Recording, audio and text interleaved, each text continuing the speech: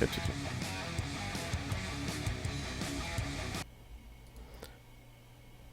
Hello, everyone.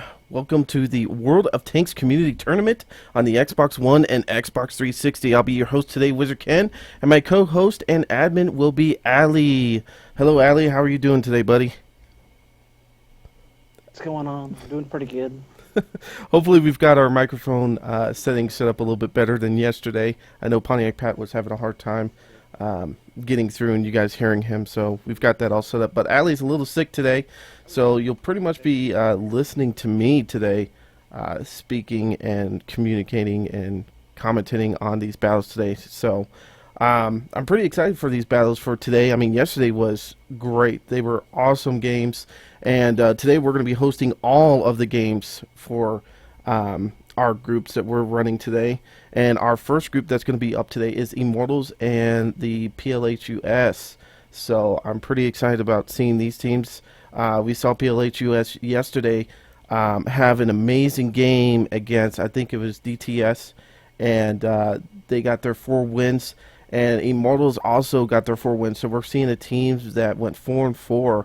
So let's see how they do today. Now, one of the other things I want to point out too is yesterday we definitely saw some different tactics from some of these newer teams showing up with KV4s and T28 prototypes. These are tanks we usually don't see or we didn't see in the last tournament, and it's going to be exciting to see if they're going to be running those tanks again today, because we were thinking they weren't going to be the greatest tanks out there, but they definitely held their own and won a couple battles with those different tanks. So we'll see what happens today. But anyways, we will welcome all of you guys out today to the World of Tanks Community Tournament. Thank you so much for all the support yesterday, and we're super excited for today's tournament.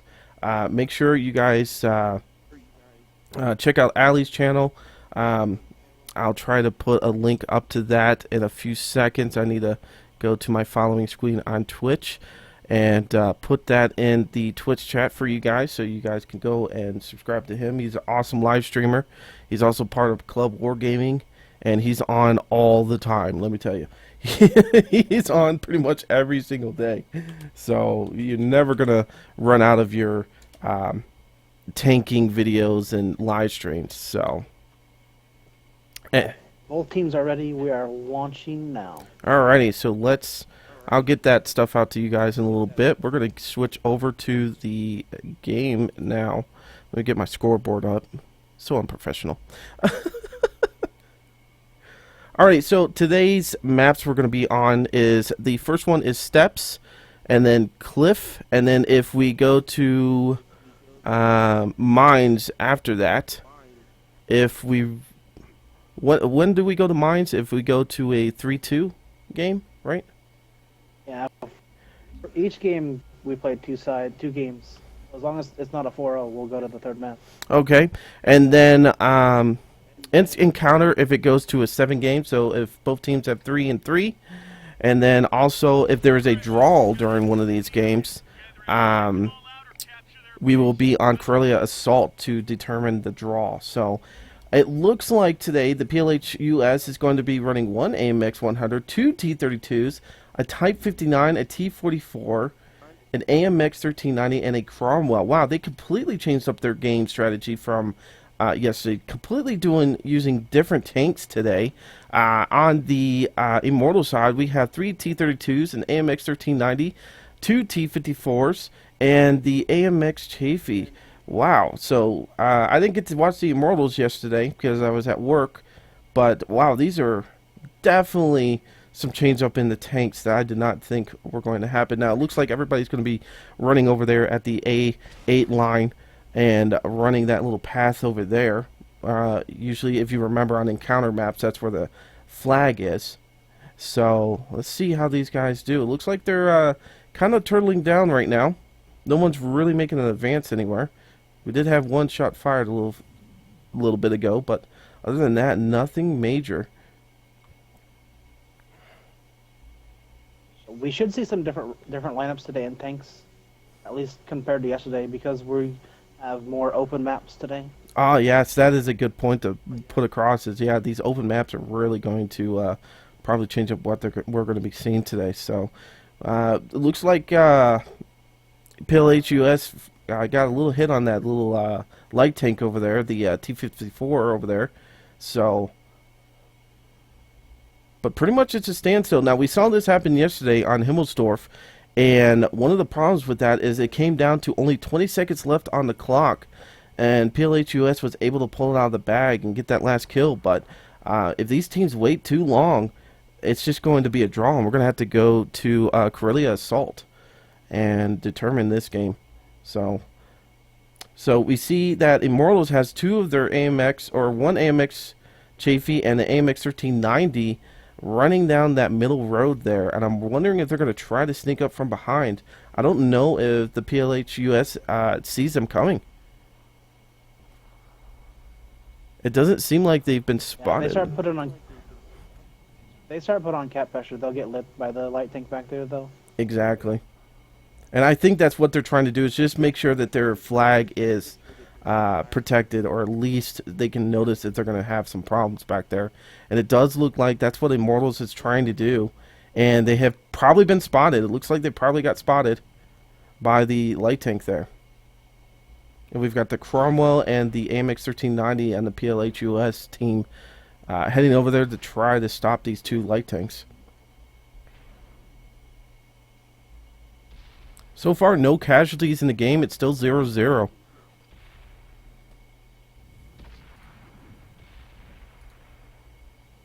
Some good shots going out on the light tanks. Yes, it is. And now they're getting the AMX 5100 to come back them up a little bit. And those light tanks look like they're going to try to get away.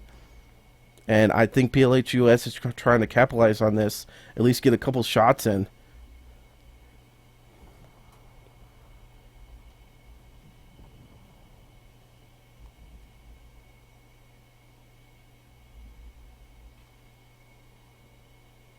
Now we're getting at that 3-minute marker here, and no tanks have been taken out yet. So let's see what happens on this. Hopefully somebody will make a move on this.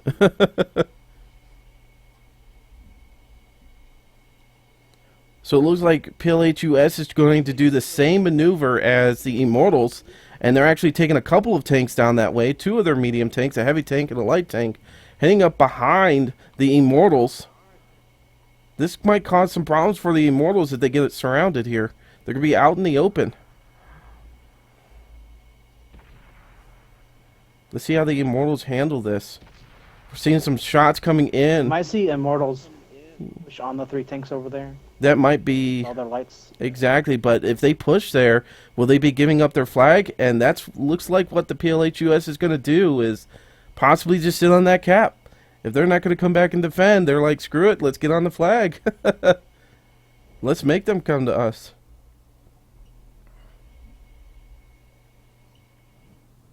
Yeah, these heavy tanks are going to, the T-32s are going to have to go back and defend the cap. They got 15 seconds to get back here. They've definitely got some time to do it, but whether they're going to be able to get a hit on somebody and actually reset the cap. Oh, there it goes. They are definitely going to have to focus fire on some people to keep that cap from going down.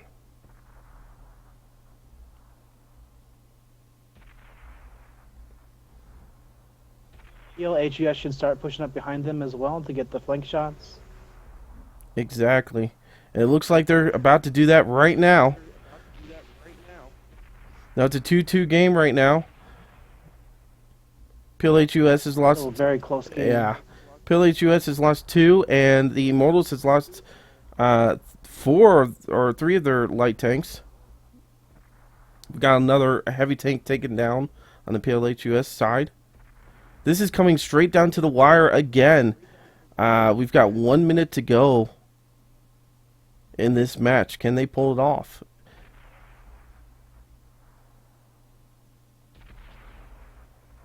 And they keep resetting that. I'd like to see that Type 59 get off the cap.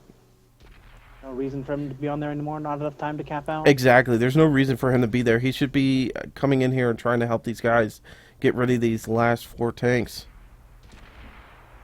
Now you see this little light tank on the Immortal side coming up behind the T-32, putting some pressure on them.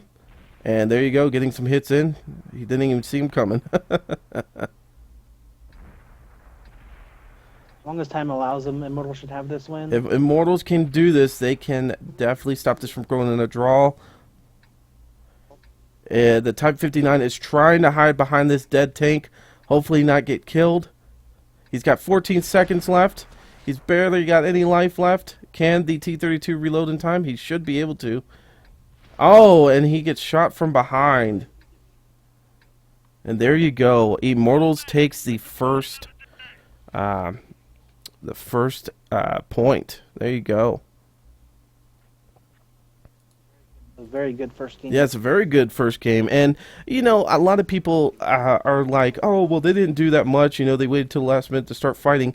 These teams want to figure out each other. They want to sit there and see how the other team's going to react. You know, that first game, they're probably going to be kind of cautious, you know, and just see how the team's going to react and stuff like that. And that's how I would run it anyways. I want to see how this other team's going to be. If they're going to come straight at me every single time, I might get in a defensive position and just let them come, or maybe do a different route and go around the team.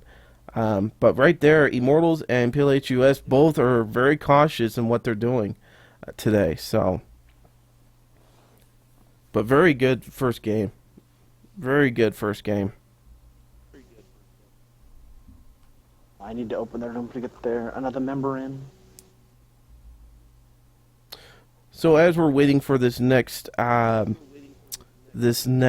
to start, just so you guys know, once again, we're going to be playing on Steps and Cliff today for our two main maps. And if it goes to a 3-2 in one of the games, we will go to Mines.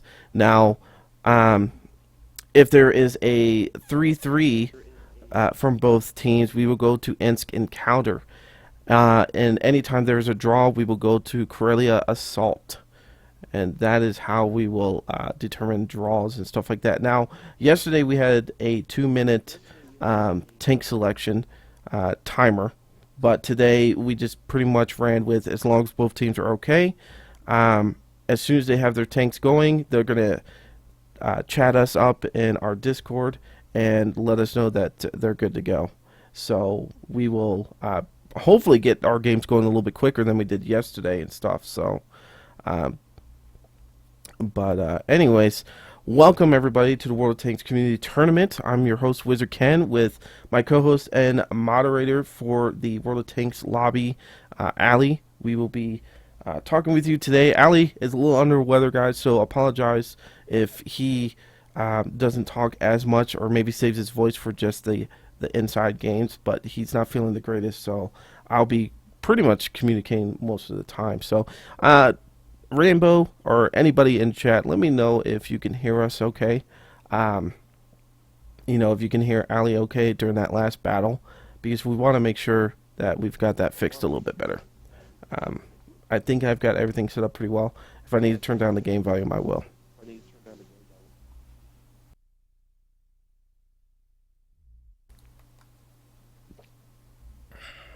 So Waited on Immortals to get another player in here. okay.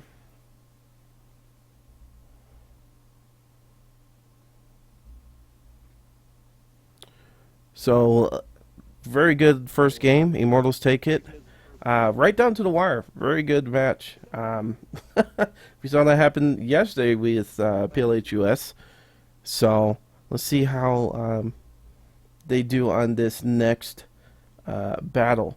Now, I wonder if they're going to change up their tactics a little bit, or if both teams are going to still go over to that 8 line again and try to just sit there and turtle again. Me personally, I would probably try to run somebody up the middle to try to see what the other team is doing, and then possibly go the other way. But that does take time to run all the way down the A1 line and to get around the enemy team. But we did see that yesterday on what was it, Prokhorovka, where both teams actually ran around the side of the maps and actually tried capping. And PLH US was able to pull it out right there at the last minute with, I think they were ahead by 5 seconds on the cap and were able to get the win because of the cap. So Pretty cool. I swear I should get some sponsors. We should have Allie. I'm telling you, I told Pontiac Pat yesterday we should have called up Mountain Dew and stuff and gotten some sponsors. Maybe we could have gotten some free Mountain Dew or something. Some citrus. Alright, got semi-tell spectator. Ask both teams if they're ready.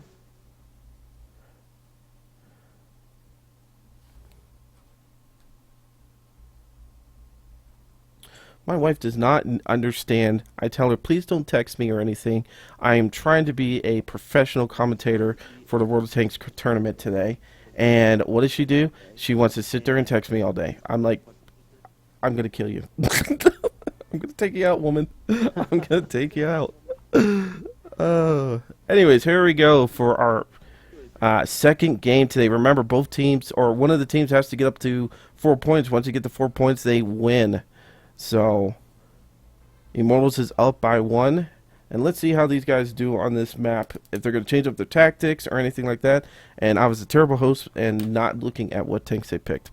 So, look at them right now. So, on the PLH US side, it looks like they're running with the same setup as last time. And the Immortals, pretty much the same thing as last time. So, see how this goes. So each game, every team is switched to the opposite flag so that they have a change in scenery. So it's just a little bit different. Not each team is starting on the same side. So it looks like PLH US is definitely going towards that 8 line again. But it looks like Immortals is, yeah, they're doing the same thing. And they're taking those 2 light tanks down the center line, it looks like. Looks like they might be heading down this way.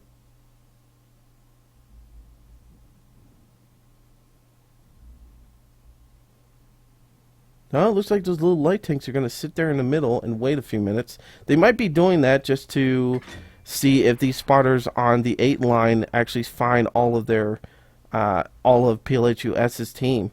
If they don't see them all, they're probably wondering, okay, PLH US must be running the other way.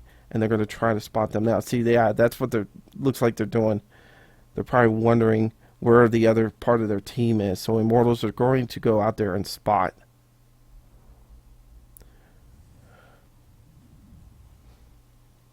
It's really just an information game. Try to make sure you have your flanks so you know where the tanks are. It's like they're pushing down middle a little bit. Kind of spot where the rest of the team is. And they're definitely using that rock to try to cover themselves just in case they need to get away. And it looks like PLH US is going to go with the same strategy as last time, sending 4 tanks down the middle and try to head for the cap or try to surround Immortals right there. Now, if Immortals catches on to this, they should probably push those 3 tanks that are just sitting there. And it looks like that's what they're going to do. It looks like they're definitely going to be pushing. They're not going to wait this time like they did last time. They're going to jump straight on these 3 tanks that are over here by themselves. And PLH US right now could be in trouble. Very smart player. They've got to make sure they can kill them fast enough to get back to the base and defend. Those 3 tanks should get right on the cap. Exactly, and that's one thing they have to worry about is they're focusing on these 3 tanks over here, and they really need to be watching these guys that are getting on the cap once again. They're doing it again. Immortals has 3 light tanks that can contest this, but will they be able to survive long enough to be able to contest these? We got 3 tanks on the flag. Yeah. Now that heavy tank that was with that group in the middle is heading back to the PLH US's flag, probably to contend it just in case they try to get on the flag. But it doesn't look like Immortals is going towards the PLH US's flag. It looks like they're going to try to come back here and help with the flag situation. Oh, good shot there. I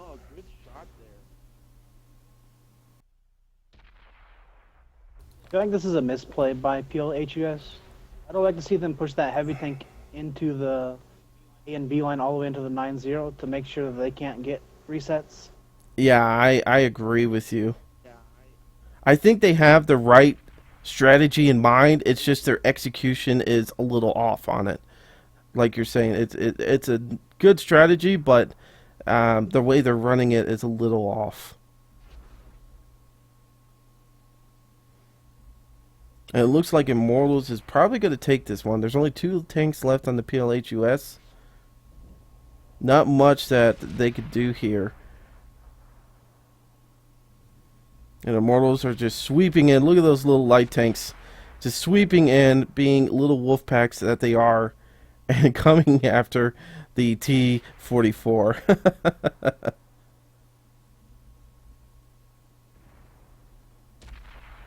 Looks like the Yeah, that should be a clean win by Immortals. it looks like the AMX 1390 isn't shooting because he's probably reloading.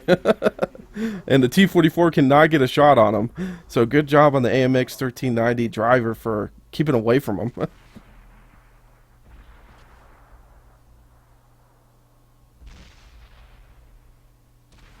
And there you go.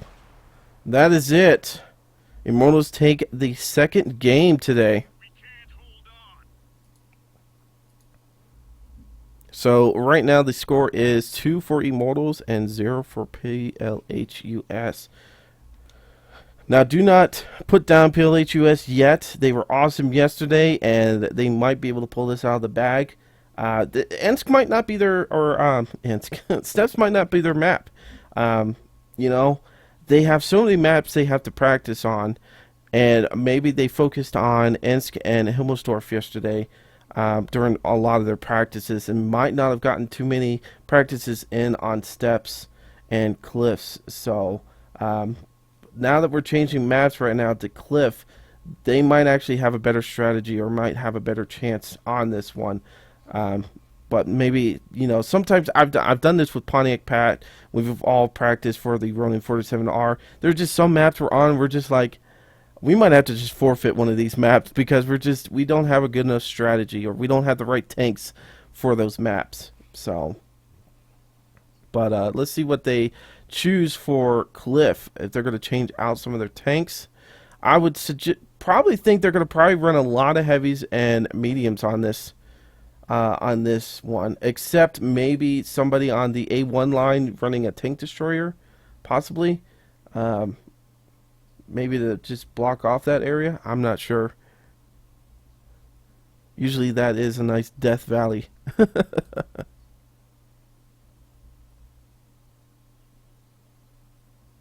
Alrighty, so okay, so you guys can all hear. I had to open the lobby and get another player. Oh, that's good.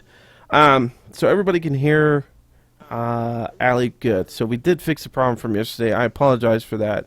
So when I made my new scene for OBS for this tournament, apparently Elgato reset all of my settings. So that was the problem yesterday, and I don't know why I didn't think of it. So anyways, guys, we want to welcome you and thank you so much for coming out to the World of Tanks Community Tournament on the Xbox One and 360. Thank you for all the support. I know the teams definitely appreciate it, and you know, this tournament was made by you guys. That's why it's community tournaments. You know, a whole bunch of guys got together and said, hey, we should have a tournament, and this is what it's turned into. We've got live streamers streaming it. We've got Wargaming supporting us and stuff, which is freaking awesome. So thank you guys so much for all your dedication, all the community support. And if you want to be a part of this stuff, I know a lot of people asked me yesterday about the how to join the tournaments. The best way to do that is get in the forums and look in there. There's going to be ways to contact people about the tournaments, and somebody will help you out in getting your team into the next tournament. Alrighty. Doing our third game on Cliff.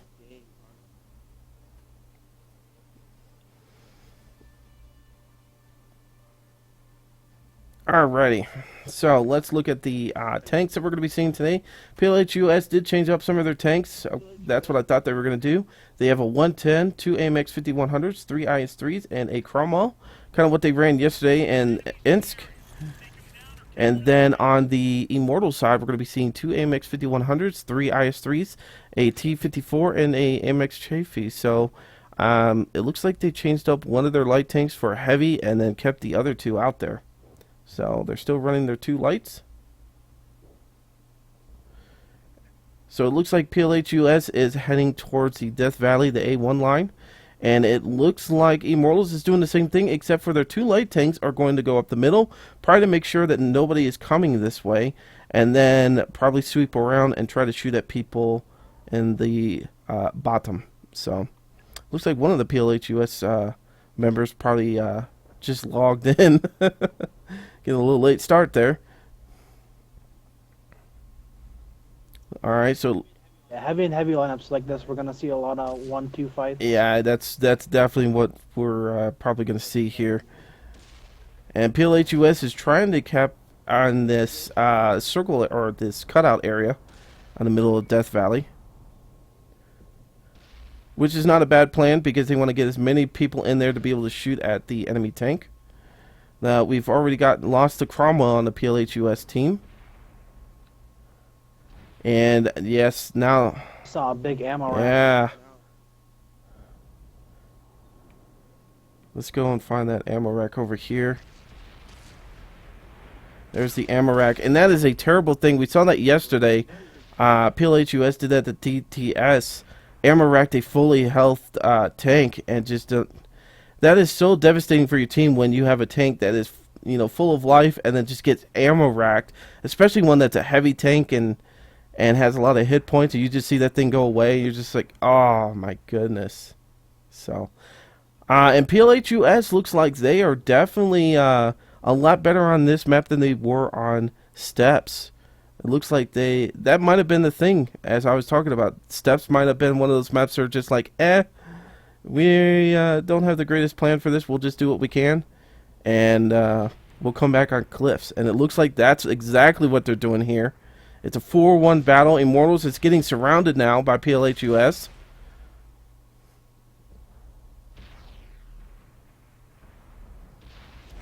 It's 5-3 here. Immortals have 2 tanks left. PLH US has 4. Now they're down to 3. Immortals is definitely making them work hard for these kills. They are definitely, it's 1 for 1 pretty much. Shot for shot. Immortals having 1 heavy tank left, the AMX 5100.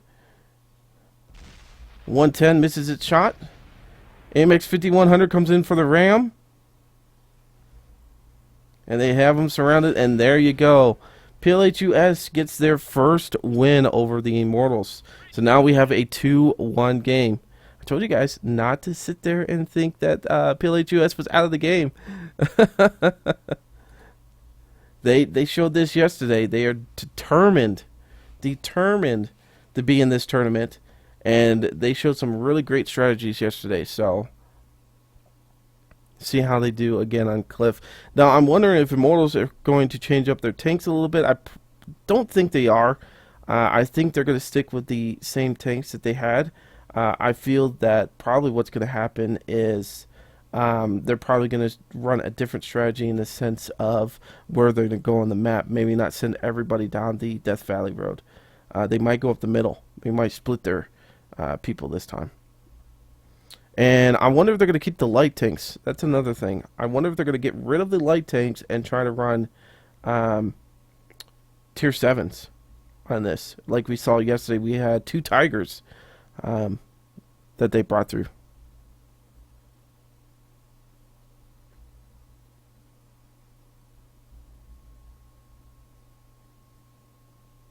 A full heavy lineup might be good on this map, Yeah, as long as you're taking control of 1-2 line. exactly. That's what I'm feeling is definitely running the heavies on this. And I think that's what's going to hurt Immortals is if they keep running these 2 light tanks. I mean, they are nice to have and be able to spot a little bit here and there, but the problem is you know, PLH US was able to capitalize on those 2 light tanks and just go up there and just destroy them.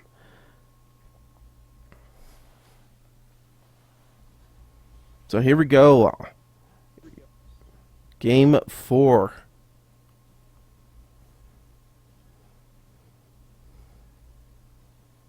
Let's see if Team PLH US can pull this off, and then we will go to our next map, which will be Mines, which is I hate that map so much. I hate Mines so much. I'm tired of it. Really? What's wrong with mines? I know it's just it's like nowhere I can sit with Artie. Everybody can find me if I'm at artillery. Um, Well, that's your problem. You're playing you're Artie. playing Artie. That's the whole thing. Well, if I could pick and choose what maps I'm about to go on with my Artie, I would. But I pretty much just put down my controller. I'm just like, nope, I quit. I'm done. Screw World of Tanks. I'm done. Matchmaking hates me. So it looks like both teams are sticking with their setup, but PLH US is doing something a little bit different. They're actually running a heavy up the middle line, and Immortals is doing the opposite. They're running kind of like the PLH US was doing last game, and they're running everybody down Death Valley Road A1 line. So, but it looks like they definitely did the same tactics though. They're just getting their light tanks up in the middle, and that's it. So PLH US right now is running their Cromwell and their AMX 5100 towards the middle line, the A4 and A5 line right through there.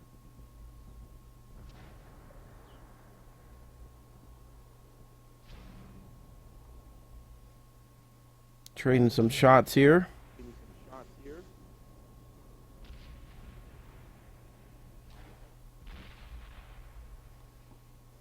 I wonder if we'll see this Cromwell and AMX push into these guys. Oh, they probably. AMX is probably gonna have to land all his shots. Yeah, I think the T-54 definitely spotted them when they were coming around that little rock line there.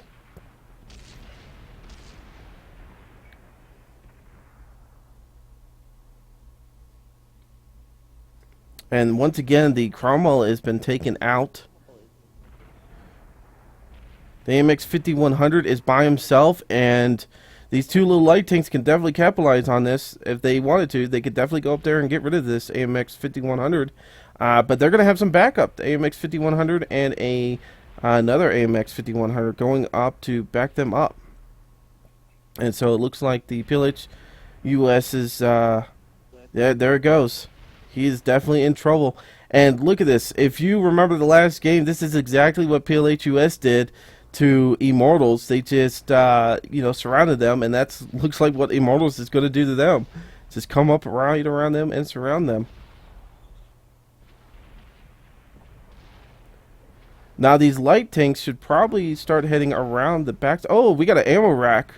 It was only for 59 points, but still an ammo rack. Looks like PLH US is... Both 5100s are reloading now. We've got an IS-3. They need to push up. Yeah, exactly. They definitely need to push up if they're not reloading.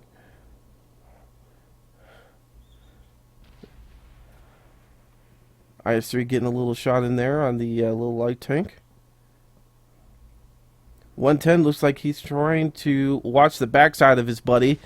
And the IS-3 is going to be hopefully focusing on the other side. But no, he turns away, and this might be a bad move for him. They're going to capitalize on this. Coming after him. Oh, yep, there's 2 good hits, 3 good hits, 4 good hits. One more hit, and he is gone. There it is. We got the 110 still left. PLH US hoping. Oh, and Immortals gets the 4th game today. There you go. So the score right now is Immortals has 3 and PLH US has 1. So this is going to take us to mines. We're going to be changing up our maps now.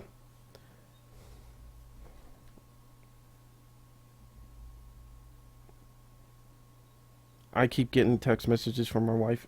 She's definitely getting beaten now. Actually, I'm scared of my wife. She'd probably beat me up. Anyways, so anyways, yeah, some of you guys are explaining the rules in the chat. Yeah, nobody can have more than 3 of the same tank. You have to have at least 5 tier 8s in a battle, and then I can't remember some of the other rules. I'm still learning, guys. This is my second time hosting this, and I've tried to read the rules last night and remember everything. I just remember all the draws and how that works. So, but anyways, just so you guys know, if this does go to a seventh game, we will be going to Insk Encounter, and then any draws that we have during the game, we'll be going to Karelia Assault. So just keep that in mind. That's what's going to happen if there's any draws or if we go to a 7 game. So PLH US has a chance to pull this back. Maybe they've practiced on mines a little bit. I think they're probably going to stick with the same strategy. What do you think, Allie? You think they're going to stick with the heavy kind of thing? And it looks like Immortals is changing up to do a light tank rush. Yeah, I would see like this, or I would think one team would try to get hill control with light tanks and mediums. Exactly. I mean, I remember last tournament that's what happened. You know, there was a couple of teams that ran 3 or 4 light tanks and they ran up to the middle, and then once the enemy team got up there, they just started surrounding people. It was excellent. It was great. So Immortals has one more point to go to win this.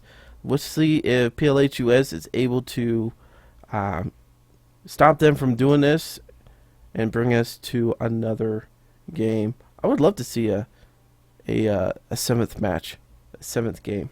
So, and just so you guys are wanting to schedule today, at 2:15 we're gonna have a rapid early detection of artillery versus lock and loaded. That's gonna be at 2:15.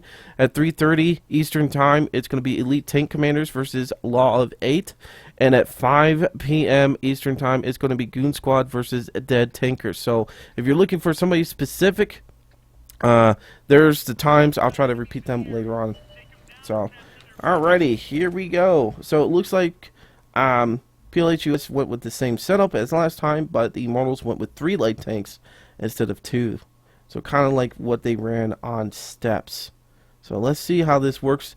It definitely looks like Immortals is trying to get that that mountain, that hilltop with their light tanks, trying to get up there and take advantage of that. And it looks like they're going to get all 3 up there without a scratch. It looks like their AMX 50s are trying to get up there too. Looks like all of them are going to make it. They've got a T-32 and another T-32 that's going to be trying to push up this way. I forgot Mobius was on the on the Immortals. Forgot all about that. Anyways, so we're trading shots here and there. Ooh, that T-32 definitely got a couple of nasty hits on it. PLH US right now, they're all bunched up right on that hill, and I don't think that's a really good idea. I think they need to spread this out. They're trying to push here, and I think this might be a really bad idea for them. They've got an extra heavy tank that's out in the water that they probably could have used pushing this hill.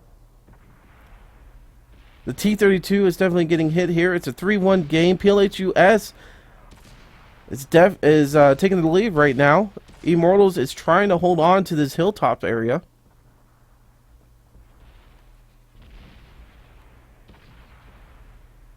Three match here. It is coming right down to the wire. Man, they are trading tank for tank here. It is a really, really close game. Really close game here. I know PLH US is really hoping for this other tank to get down here and help them out because they only have 2 tanks up here taking on the AMX 5100 and another AMX 5100. We have a Cromwell. Oh, the Cromwell setting the AMX 50 on fire.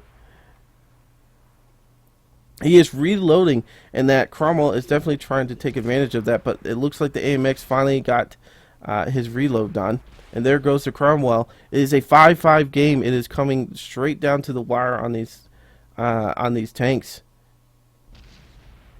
Oh, and the IS-3 tried to come down on top, and that might have been the the worst move they could have done.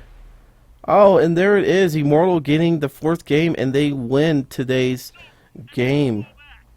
They win today's match. Good job, Immortals. Wow. That was a really good game. Oh, man. PLH US, if they wouldn't have ran that IS-3 down off the cliff, I know he was probably like just excited and possibly made a mistake there, but bad move there because you're sliding down on 2 autoloaders, and all they have to do is just keep shooting at you while you're coming down. There's no armor when you're coming straight down like that. So, man. Whew. So there you go, guys. Immortals win this one. Thank you, PLH US, for coming out and playing today. You guys did awesome. And, yeah, good job for the Immortals. They'll be moving on in the tournament. We're going to be taking a small break here. Like I said, the next game starts at 2:15 Eastern Time. And it is 11, or at my time it's 11:40. So we've got about 30 minutes before the next game starts. So we're going to take a small break right now, guys. And we'll be back. Enjoy the beautiful music of Wizard Ken.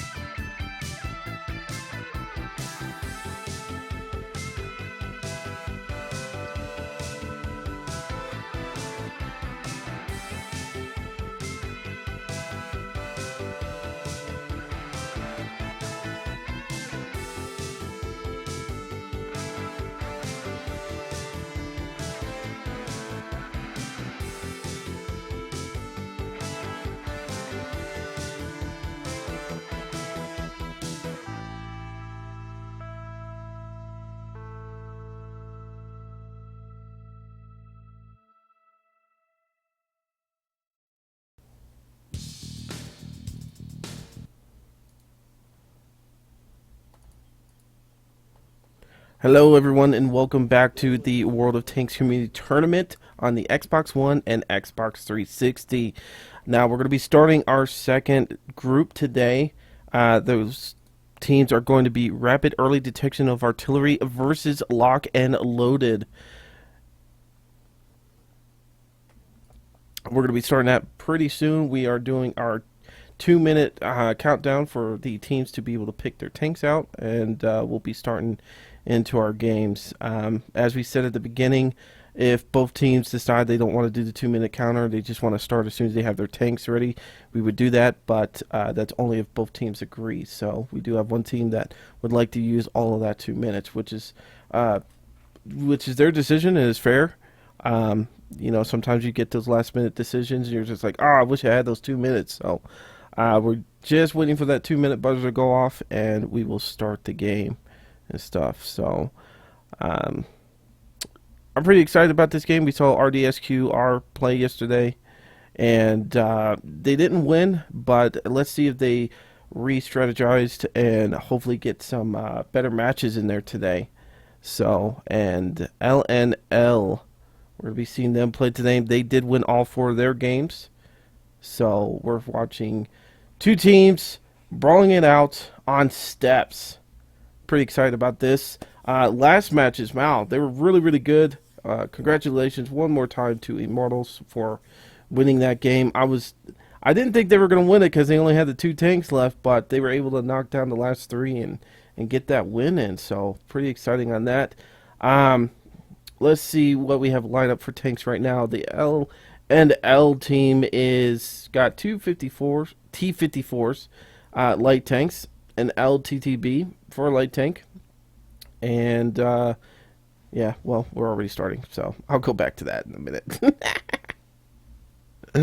All right. No, it's good. It's good. It's fine.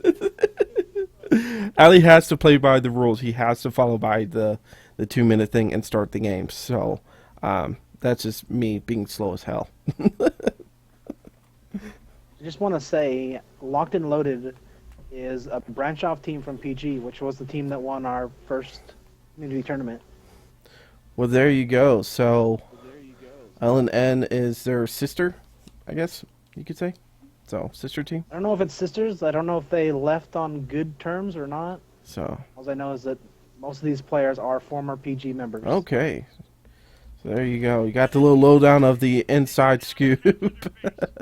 Alrighty, so let's go over this again. RDSQ R is going to be running an AMX 5100, 2 Tiger 2s, T32, and RHM. Wow, didn't think I would see that. A T29 and a Bulldog, while the LNL is going to be running 3 IS3s, 2 T54s, and 2 LTTBs. So let's see how this goes. One thing, on the Borsig, I would like to see if teams run the 15 centimeter. Considering it's a tier 8 only game, I would expect to see that more often, but this is the second Borsig I've seen, and both are running the 12.8. Yeah, I was just noticing that too. The 12.8 is on there, and you would think he would run the 15 to be able to, you know, pretty much one-shot those light tanks. So, yeah, we'll see how this goes.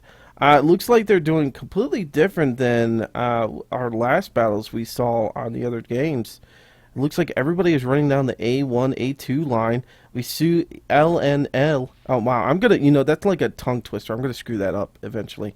Running down the center road, and they also have a light tank near A6 running towards the cap. It looks like they're going to try to surround RDSQR here.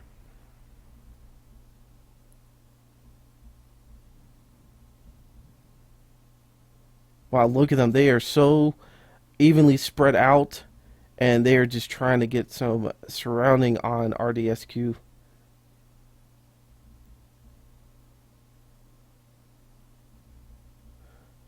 Now here comes LNNL's light tank. I told you I was going to screw it up. I should just say locked and loaded. We see their little light tank coming over the tracks. I'm trying to get some extra shots in there. And it looks like RDSQR is definitely feeling the pressure of them surrounding them. The lock and loaded team is definitely putting some pressure on. And there we go. There's our first kill by the lock and loaded team. I really think that RDSQR is really they don't know what to do right now. They probably weren't expecting to get surrounded like this. And there goes another one. We've got a 0-4 lead from Lock and Loaded right now.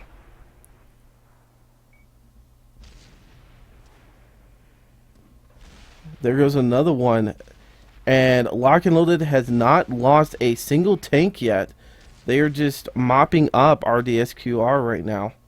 And I'm feeling RDSQR right now. If I could listen to their chat, they're probably sitting there all saying, okay, we've got to do something different. We've definitely got to do something different here. So our first match goes to Lock and Loaded right now.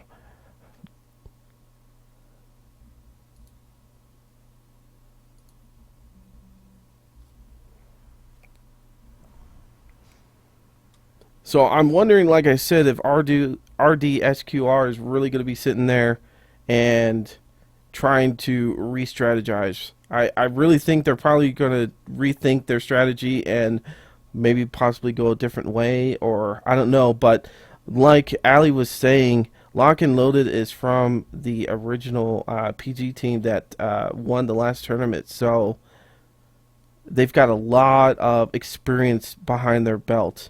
And I believe this is the first time that RDSQR has been in a tournament. So they're still learning the ins and outs and everything. And they are going against a team that has been in their situation and can handle the pressure and have been, from my understanding, they practice all the time. They always run together all the time and just are in sync very well. So hopefully we can see RDSQR figure out a different strategy and be able to stop Lock and Loaded.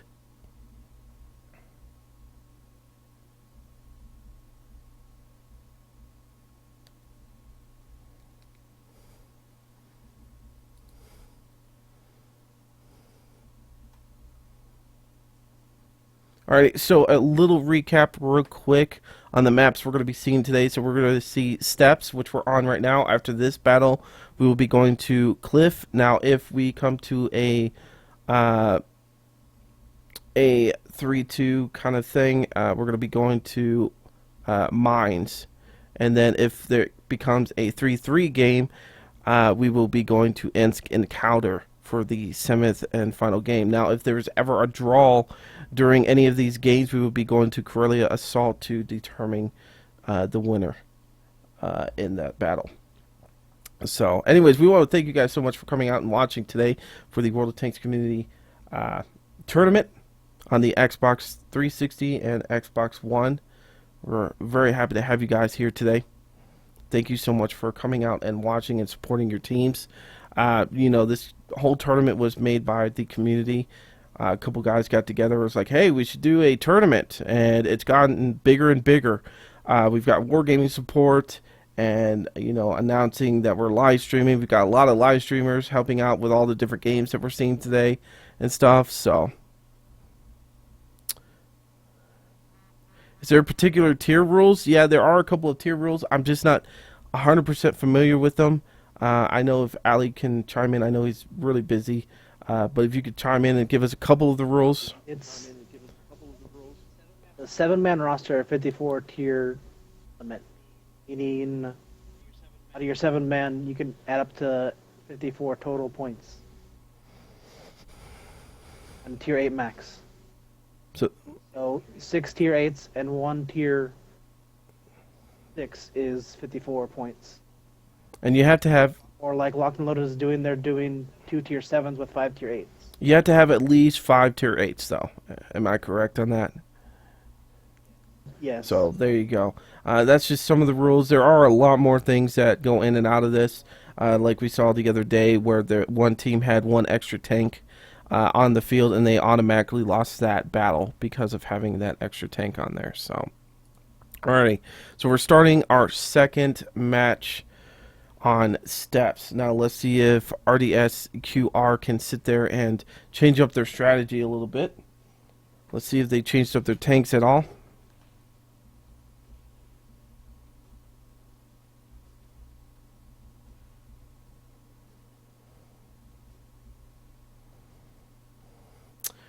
Alrighty, so RDSQR is running two Tigers, or Tiger 2s, and T26E4, a WZ132, and two AMX 1390s, and an AMX Chaffee. So they definitely changed up their whole plan this time. And we're seeing Lock and Loaded running pretty much the same thing. Three IS3s, a T54, T54, and a two LTTBs. So let's see how this runs for them. Now it looks like they are RDSQR is trying to do a different strategy, which we were hoping they would try, going down that 8 line over there on the right side of the map.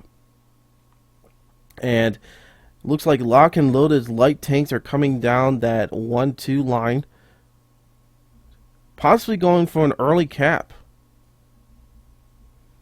Now, even their heavies are running a little bit close to the center road there. They're not even going over towards the 8 line where all the light tanks are of the RDSQR. Now, it looks like RDSQR is going to swarm on these 3 heavies. Looks like they're all going to engage on this. Now, this is a good decision, I feel, because they are able to respond to the flag if needed.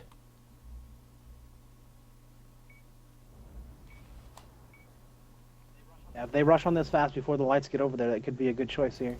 Yeah, definitely. I think if they can get rid of these 3 heavies, they should be good to go. There's goes one of the Lock and Loaded. They didn't lose any tanks last time, and it looks like RDSQR is definitely like, nope, we're going to take some out of you guys this time. We're ready. That first game was just a flop. We wanted to see how you guys were playing, and we are definitely bringing our game right now. So it's a 2-2 match right now. 2-3 match. Lock and Loaded in the lead. Now, Lock and Loaded still has their 4 light tanks to the 1 of the RDSQR.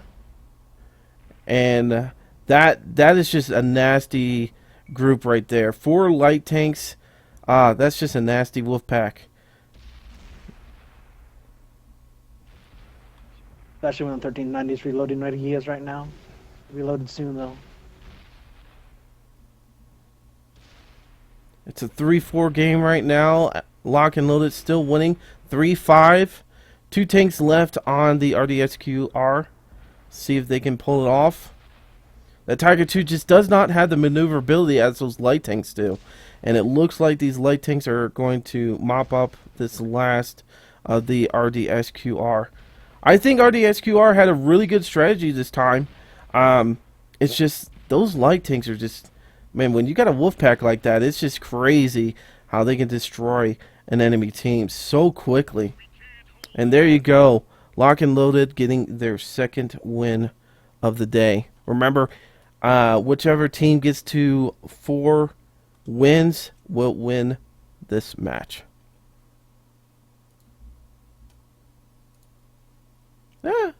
Clicked the wrong button.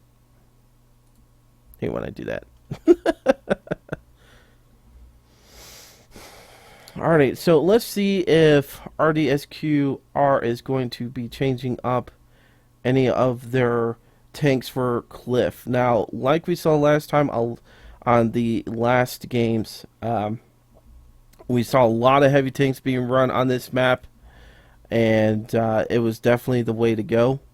And let's see if they're going to be doing that with RDSQR. I wonder if Lock and Loaded is going to do their whole thing again with the light tanks. Because that was really a crazy wolf pack.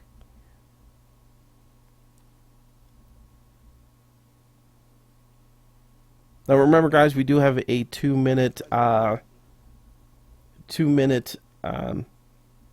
alarm that allows these teams to pick their tanks. Once that 2 minutes is up, that is it. If somebody didn't pick a tank, oh well, the game starts.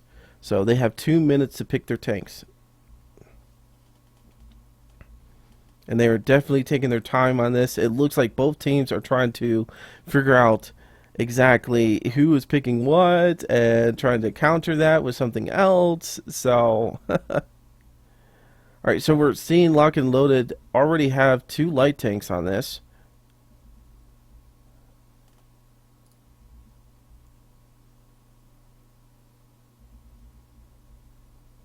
seeing a T49 maybe. A unique choice here. Yeah. See that very often. I think I saw one of those yesterday. I can't exactly recall, but I thought I saw one of those yesterday.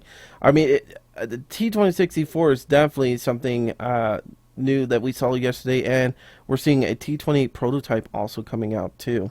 And it looks like RDSQR is running 2 light tanks also. So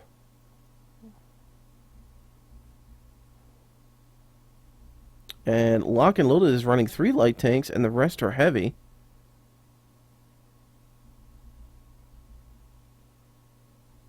Oh, maybe a last minute change? Two last minute changes?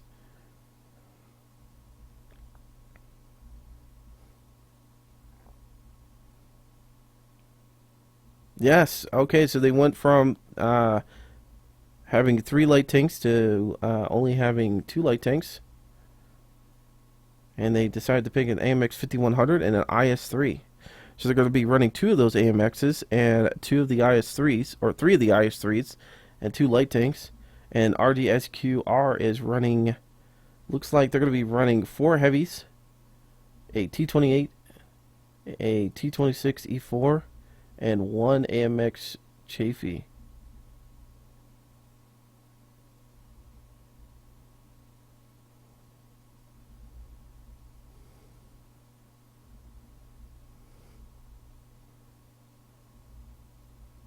Alrighty, here we go. It's going to be our 3rd game today between RDSQR and Team Lock and Loaded. As we were talking about earlier, Lock and Loaded is a break off from our last tournament winners, and they are definitely showing that they are definitely, well practiced and part of that championship team. So they are definitely putting the pressure on RDSQR. But as we saw in the last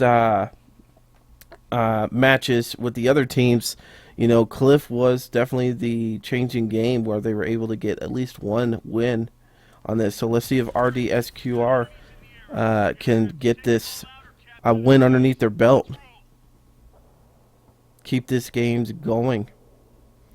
So as we saw last time, majority of the teams have been going down Death Valley, the A1 line, and it looks like there's not going to be any difference between these two teams. Looks like they're going to be running down this line pretty much too, except we are noticing that RDSQR is running possibly 1 heavy tank towards the middle, and the T2064 might be going that way. I really don't know what their strategy is for this. This is kind of an odd setup for RDSQR. They're just sitting back. They're not even trying to pressure the Death Valley area. Alright, so we see the Lock and Loaded team. The 1 light tank is near the lighthouse getting some shots in. And we've got another light tank that's running along the little river's edge there. It looks like all of the Lock and Loaded heavies are running on top of the middle ground there, on top of the hill. Definitely a better advantage to be able to shoot down on these tanks. But I really do not understand RDSQR's strategy here about staying right at the base.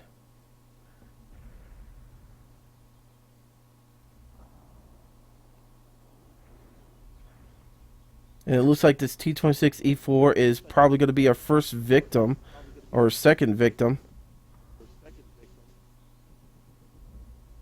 So it's a 0-2 game for Lock and Loaded. 0-3 for Lock and Loaded.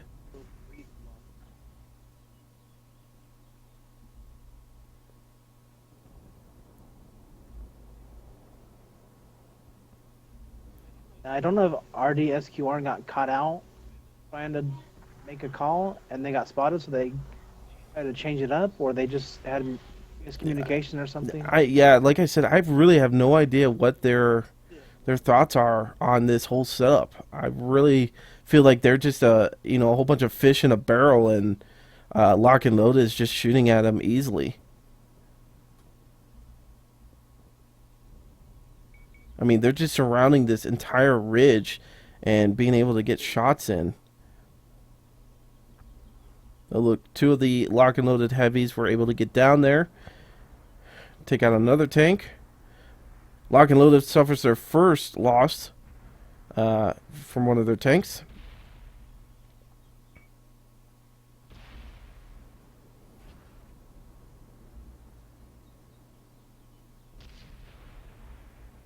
RDSQR only having 2 tanks left, trying to hold out as much as possible, but it looks like Lock and Loaded is just going to push in and surround these 2 tanks. There's 1 tank left, and it looks like Lock and Loaded is going to grab their 3rd win today in this battle. So there you go. They need to make 1 more win to be able to take this match. So Team RDSQR really need to step up their game this time.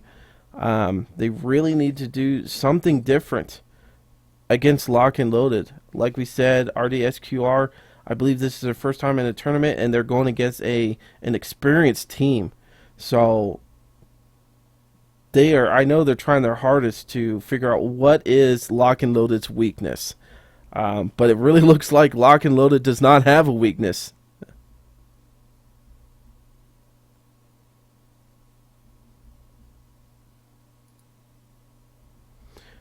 While we're waiting for this next game to start, I want to thank you guys so much for coming out to the World of Tanks community tournament on the Xbox One and 360. We will be doing this pretty much all day. Our final game will be at 5 p.m. Eastern Time. So let's look at the roundup for the next of the matches. So at 3:30 p.m. Eastern Time, we have Elite Tank Commanders versus Law of 8. And at 5 p.m., our last teams that are going to be battling, so that's 5 p.m. Eastern Time, is Goon Squad versus Dead Tankers Society. And we're going to be covering all of that today on the Twitch channel.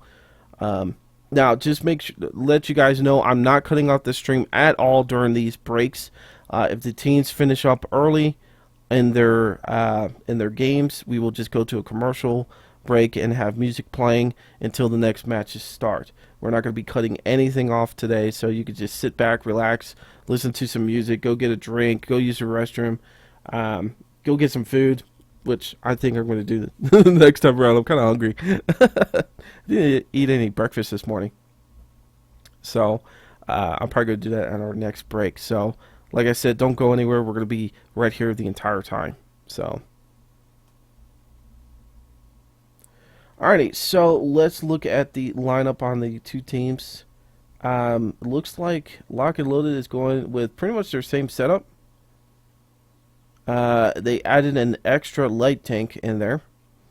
And the RDSQR is changing up a little bit. They put an SU-122-44. Another tank I haven't seen in the tournaments before. I don't know what their thoughts are on using that tank in this situation, but maybe it might do them a little better. They're also running a T-32 and a Tiger II. So, and we got a Type 59 in there, a Bulldog, and an AMX 1390. I don't know what you think about this whole setup, Ali, but Well, the SU-122 does have really good DPM, especially for a Tier 7 tank. Yes. Only thing is, against these 3 light tanks, I'm not sure how it's going to fare. I mean, the SU-122-44, in my experience, is, you know, it can bounce some shots, but I always play it defensively, like way far back, very supportively. You know, and I feel like Cliff is just not one of those battles that you can really use the full potential of that tank. You know, I would think of like Prohorvica, or however you say the stupid name, is one of those maps that I love running that tank on because it's so open. But I don't know how it's going to fare with how Lock and Load has been pushing that Death Valley area and also that ridge line. And like you said, those light tanks have been tearing up some stuff. They've really been putting some pressure on the RDSQRs.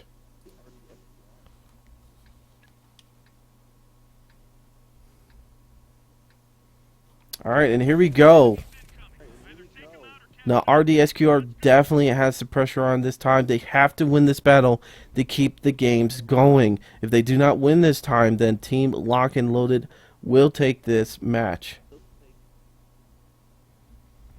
So it looks like they are definitely doing a different strategy this time. They are definitely getting out of that base. They realized sitting at the base was not a good idea. So RDSQR is heading up that middle way, not even putting a single person to check Death Valley.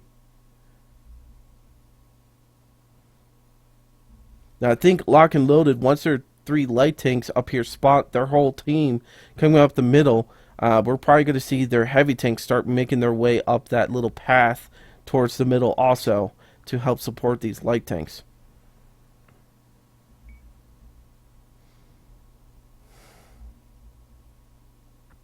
They should have a good crossfire here.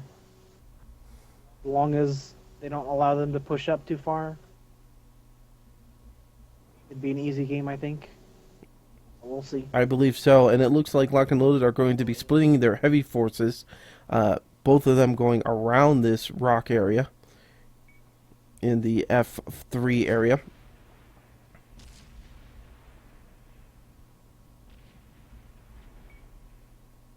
Still a 0-0 game. Now, one of the problems I see with the RDSQR is that those 3 light tanks could possibly try to get around the lighthouse, but it looks like RDSQR definitely put a couple tanks there just to make sure they don't come around. But one of the problems I see is this T-32 has been caught out in the open with those light tanks returning to the battle, and they are just getting shot after shot on that T-32, and there he goes. First casualty of the day of this game. Another casualty. RDSQR is losing men left and right. They're down 2 tanks. And Lock and Loaded has not lost anyone yet. It's a 0-3 game so far. 0-4. And it looks like Lock and Loaded is just going to keep pushing and just surround the remaining tanks.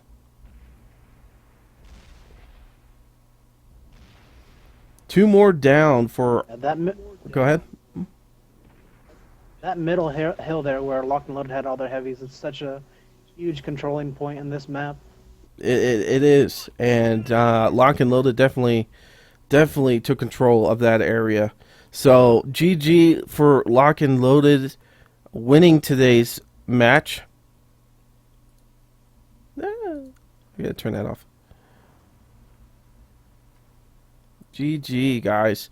So we want to thank RDSQR team for coming out and playing today's battle. Thank you guys so much. You guys tried your hardest against a very experienced team. I know, being part of the Ronin 47R, getting beat by a better team that's played in tournaments before and have played forever in a day. It's definitely a learning experience. We didn't go away without learning something, and it made us a stronger team. So I'm looking forward to seeing RDSQR coming back in our next tournament and showing what they've improved on and stuff. I mean, they were really good yesterday, and I feel like they did an awesome job today trying to go against this advanced team. So, but we want to congratulate Lock and Loaded. Good job, guys, for winning today's matches, and we'll be seeing them moving on to the next round. So, real quick, just so you guys know, we are going to be starting the next match at 3:30 p.m.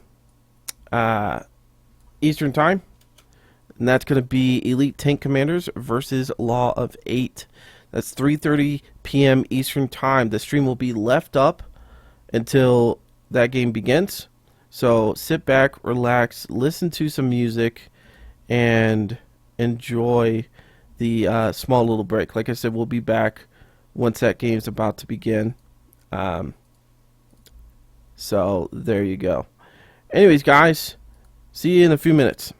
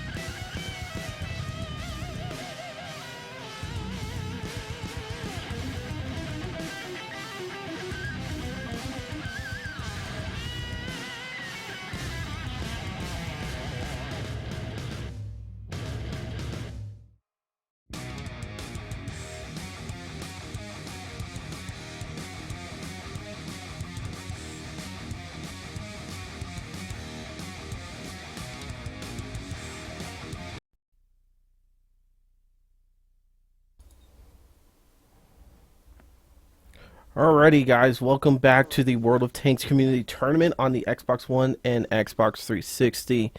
Today we're going to be seeing I'm screwing everything up. Our two teams that we're going to be seeing today at the 3:30 p.m. Eastern Time match is the Elite Tank Commanders versus Law of 8. These are our two next teams that are going to be playing. And then we, at 5 o'clock Eastern Time, we're going to be seeing Goon Squad and Dead Tankers. So, just a reminder, the maps we're going to be seeing today is Steps, Cliffs, and if we get a 3-2 game or something like that, we'll go to Mines, and if we get to a 7th game, we'll be going to Encounter Battle. Now, if there's ever a draw during any of these battles, we will be doing a Corellia Assault to determine who gets the point. So, I hope you guys are pretty excited about this. I am. We've had some great games today.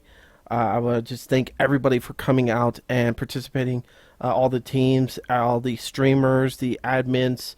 Thank you guys so much for coming out. Ali is our co-host for today and also our admin. Apologize if he doesn't speak but so much during the live stream. He's got a little bit of a cold, so he's trying to save some of his stuff for actually in-game talk. So I'll be pretty much talking majority of the time. So, but I want to thank everybody for coming out and helping today with all of this. Also, you guys too. Thank you so much for watching the stream. I know there is a bit of a delay between each teams that we're playing at and stuff like that. 20, 30 minutes, 50 minutes this last time.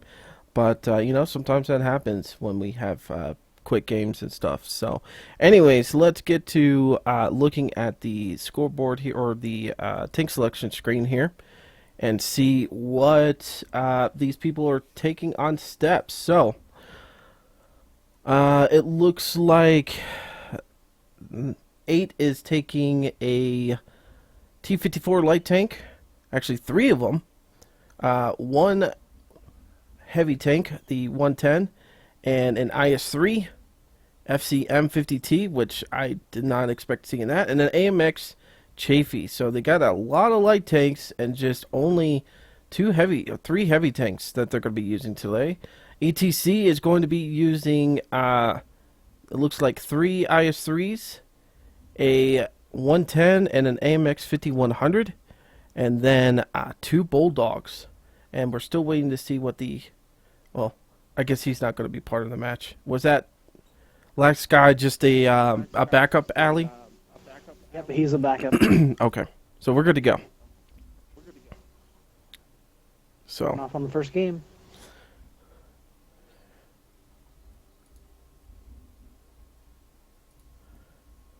I don't want to call them 8. Team 8. I need to remember law of 8. It just sounds weird if I say Team 8 is going like that. Yeah. Anyways, alrighty. Here we go. We're on steps. And let's see how the teams do on this.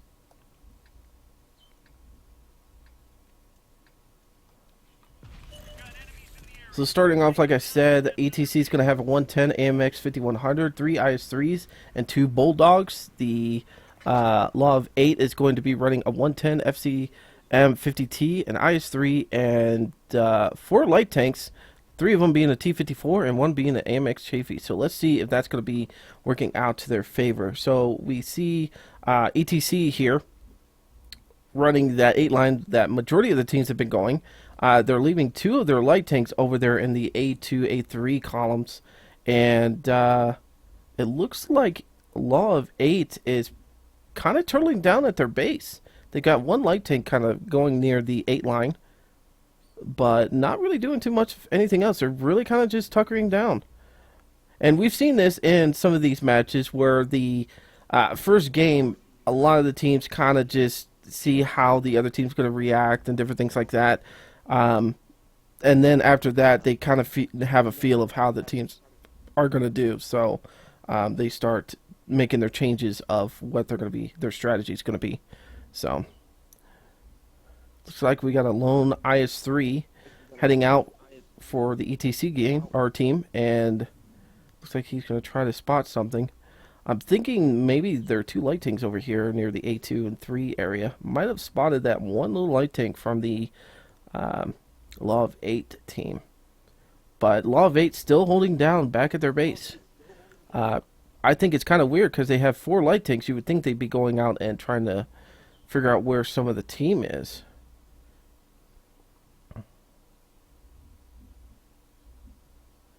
Yeah, they're both turtling down pretty hard. Yeah. I feel like 8's kind of set up to where they want to wait till ETC comes to their base, or maybe they want to get spots and then possibly switch on over and flank or on the base. Which is cap. definitely a good possibility, and that might be why their little light tank over to the right over here is trying to push out a little bit and just see what he can see, because they probably spotted those 2 light tanks of the ETC team, but they still don't know where their main force is, and I doubt he really picked up all of them during that little run down the 8 line. So, but one thing we mentioned right at the beginning of streaming today is we've seen people, teams turtling down, and the problem with that is you only have 7 minutes in these matches, and so if you wait too long, the match is going to be over. I mean, I think the very first game, came down to like 50 seconds left or something like that. I mean, it was down to the wire. We see ETC finally pushing up all of their heavies on this left side on the 8 line, and it looks like they're keeping their light tanks back at the base, possibly just to make sure if someone comes up, they can spot them, and the heavies and stuff like that can possibly come back and help out with the base. But they are starting to get to that point where if they get too far out, they're not going to be able to turn around and get to the base in time if all 4 of those light tanks get on that cap. So it looks like we're going to see our first encounter up here. First little scrimmage. And it looks like Law of 8 is just waiting for these heavy tanks to come around the corner. And ETC, I don't know if they're just not noticing that they've been spotted, but they have the whole team over here of Law of 8 just sitting over here. And I don't know if they they probably didn't notice it. They were getting spotted. So we've gotten our first fires going on here. And ETC lost their first little light tank.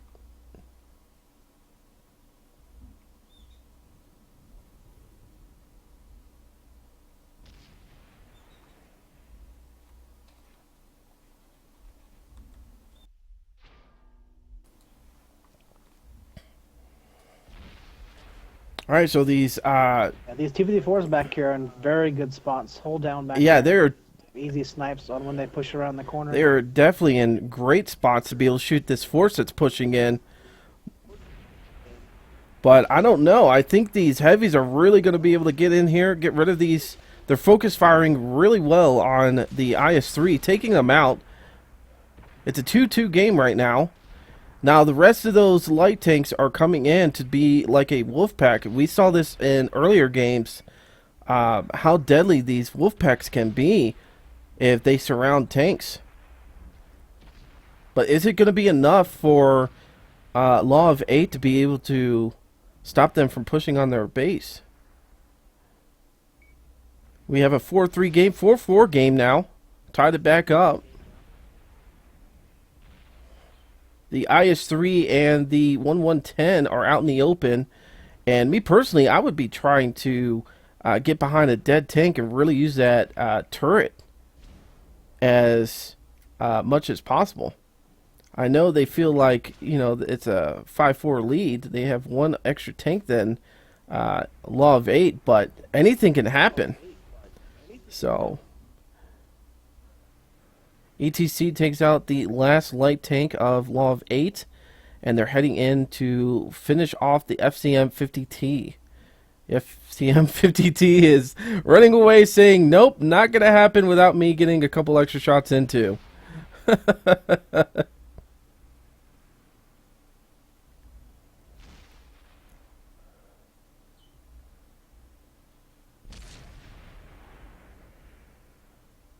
Oh, I was about to say the FCM-50T might actually make it and kill one extra person before he dies. He just needs to stay alive long enough for the countdown, the clock to run out, but that is it. That is it. ETC takes the first win today. Very good battle. Very good battle from both teams.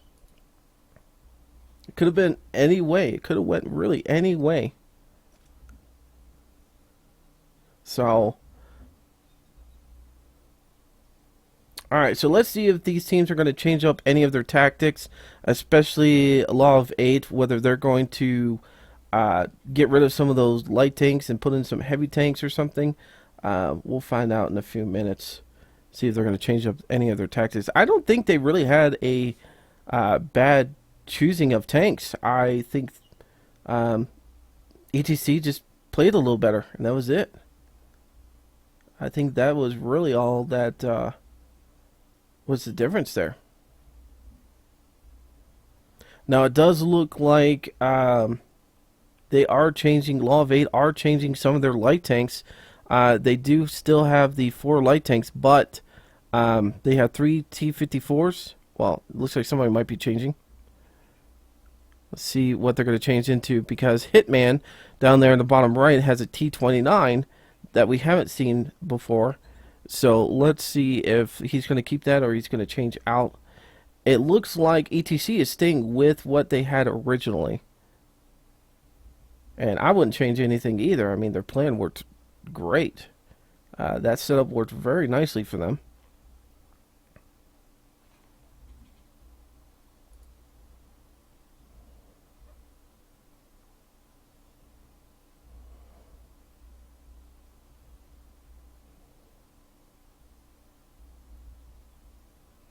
Anyways, I want to take this time once again to thank all the teams that are participating in the live stream. Thank you guys so much for taking the time out of your days to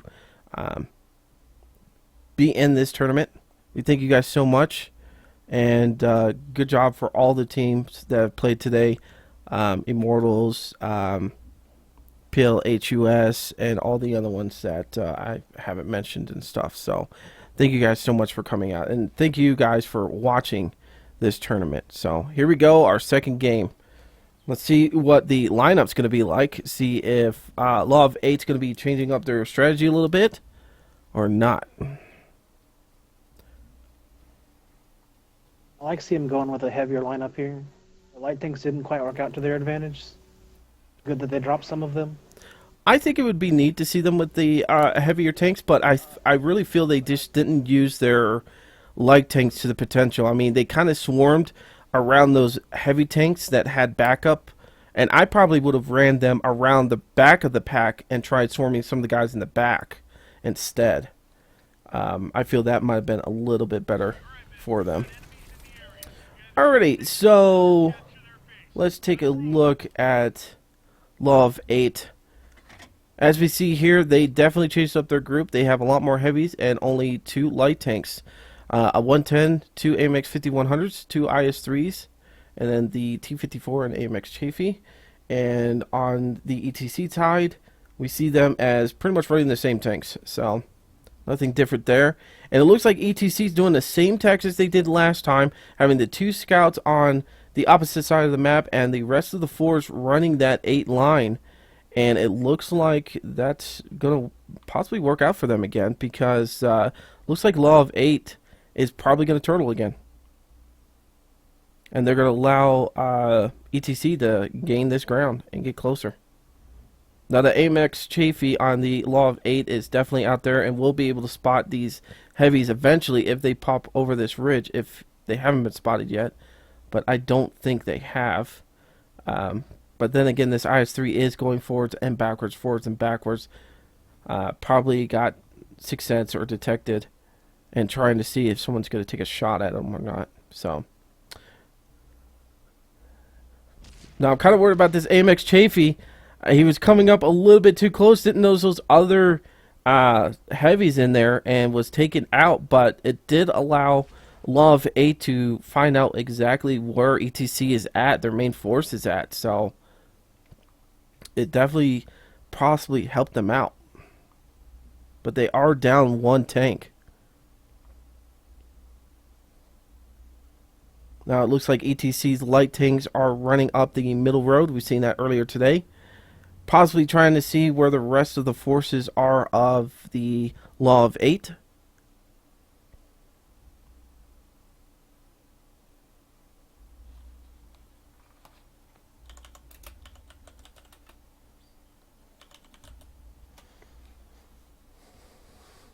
And they are just going to continue almost all the way to the flag over there.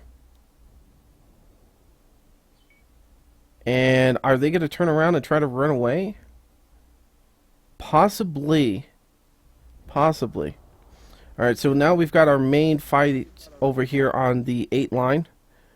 ETC's main force is over here finally shooting at the Law of 8.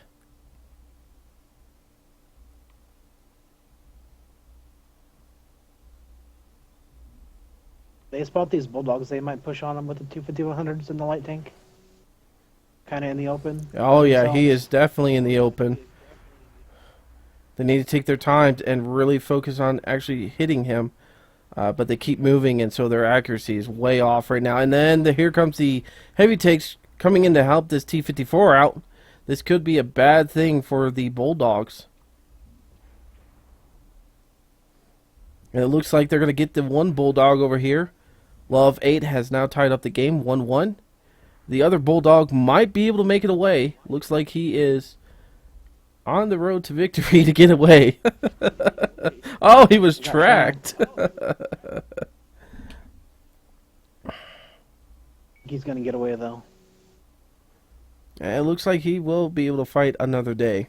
So, that looks like Law of 8 are going to try to encircle the main force of ETC.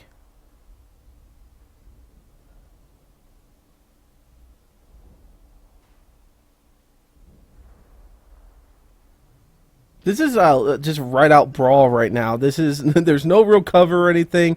They're just all right out brawling now. It's just a back and forth. And now it's a tied game. Actually, Law of 8 just took it over by killing that. What last tank. So ETC is desperately in need helping right here. IS3 is just now taken out. They have an AMX 5100 left and the Bulldog left. It looks like Law of 8 might have gotten their act together from that first game and have figured out what they need to do against ETC. And that's it. Law of 8 takes the victory for this match. Alrighty, guys. So good job on both teams. It's a 1-1 score. And we're going to be changing up maps to Cliff. Now, I wonder how these teams are going to be rolling on this. We've seen mostly teams running heavy tanks or tanks that have really good armor. But we did see on one game where I think it was, what was it?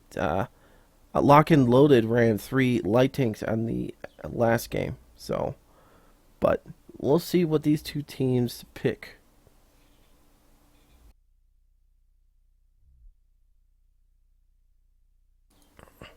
I must say, man, all these games today have been amazing. It's been so much fun watching and being a host with Allie. We were just talking earlier today. I was telling Allie I've been wanting to do something with him for a long time, but our schedules are so different. I work in the evening, and he usually streams in the evening time. And we're just like, one of these times we're going to get together, and we finally got to get together hosting a World of Tanks tournament. So I'm really happy Allie's here. I'm glad to have him here. He's a really good tanker. Love watching his live streams when I'm at work because I'm a lazy butt and don't do anything at work. So just sit there and watch Allie get in there and kill people. Should have seen my fail last night. I saw your fail last night. You watched it? My last game? You watched that? Oh, no.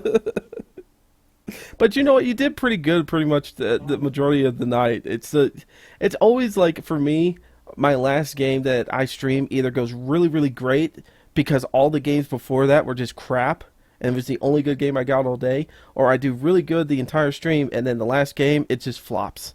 It's never consistent.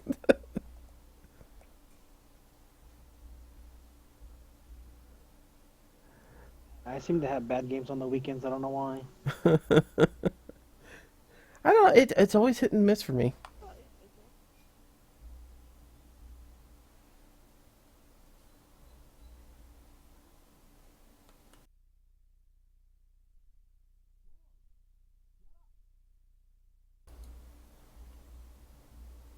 All right. Both teams are setting up. Let's look what ETC is setting up with. Looks like they're running majority heavies with 2 Bulldogs. And then Law of 8. I think they're getting close to the time running out that they need to really get hurrying up here. But they look like they're going to be running the same thing. Mostly heavies and 2 light tanks. So, see how this goes. We've got 3 IS3s on the ETC and AMX 5100. Or 2 of them. That's going to consist of their main force. Law of 8 has an IS3, 2 IS3s, 2 110s, and an AMX 5100. You know, we haven't seen a team running 2 110s this entire day. And like we were talking about earlier, 110s are some nasty tanks. They are some nasty tanks. They could really put up a good fight. And IS3s are too. They're really good too. But 110s, I hate them the most. I really do.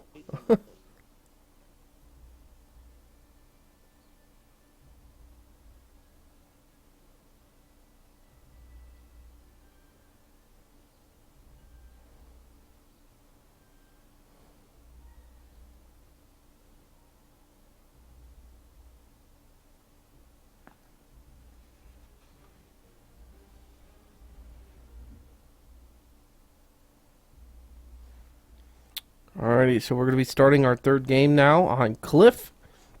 Be interesting to see what strategies they're going to be using on these games.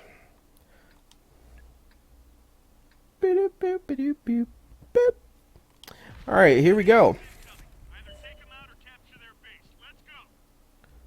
So we see ETC looks like majority of their force is going to be heading towards the Death Valley area, the 1 and 2 line, and I was thinking maybe their 1 heavy was going to go up towards the middle, but I guess he was just driving around that way.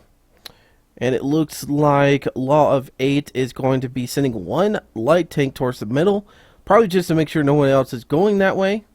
And then the rest of their force is also going down 1 and 2 line. Now, ETC's bringing up their 2 bulldogs towards the middle, and maybe might be able to spot this light tank from Law of 8. But I don't think they notice him there.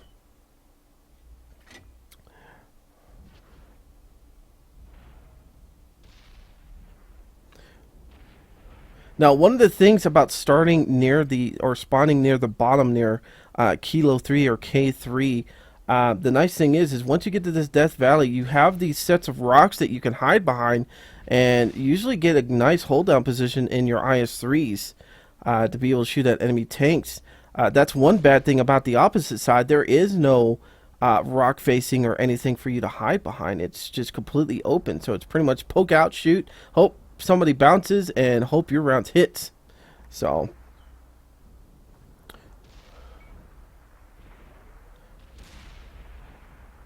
alright, so we've got a 1-2 match here going on. Shots are being fired left and right here. To be honest with you, Team Law of 8 really in the open out here. Really in the open out here, but they are able to handle it. They are definitely in the lead, 1-4. I think Team ETC needs to reevaluate their plan for the next go around. Wow, Law of 8 really just dominated on this one, only losing 1 tank.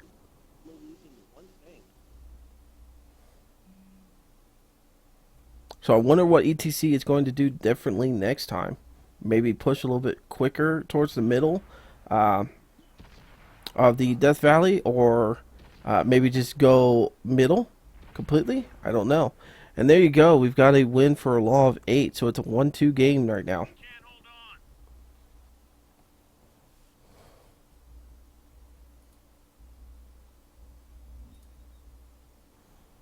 Now, just remember, everyone, we're going to be going to mines after this battle, because each team, or one team, needs to reach at least 4 points to win the match. So we are definitely going to be seeing mines today.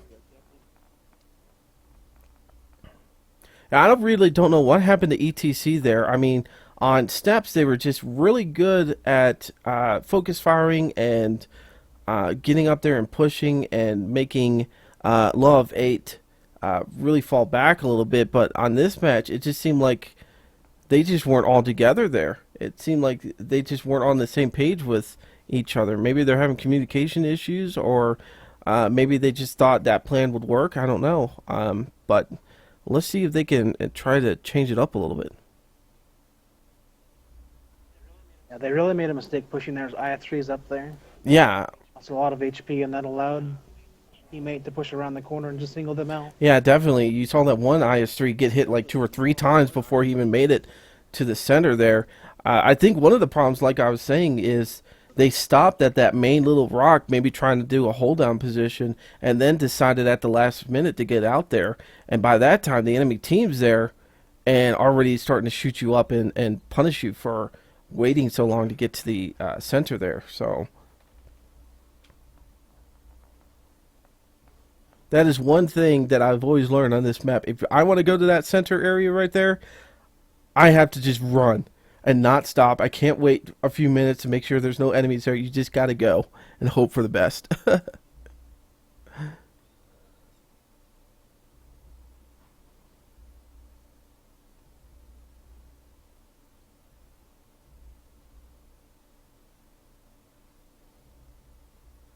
Alright, so let's look at ETC, see if they're bringing out anything different. No, they're still sticking pretty much with the same thing, except they're adding an extra light tank, the T-54 coming out.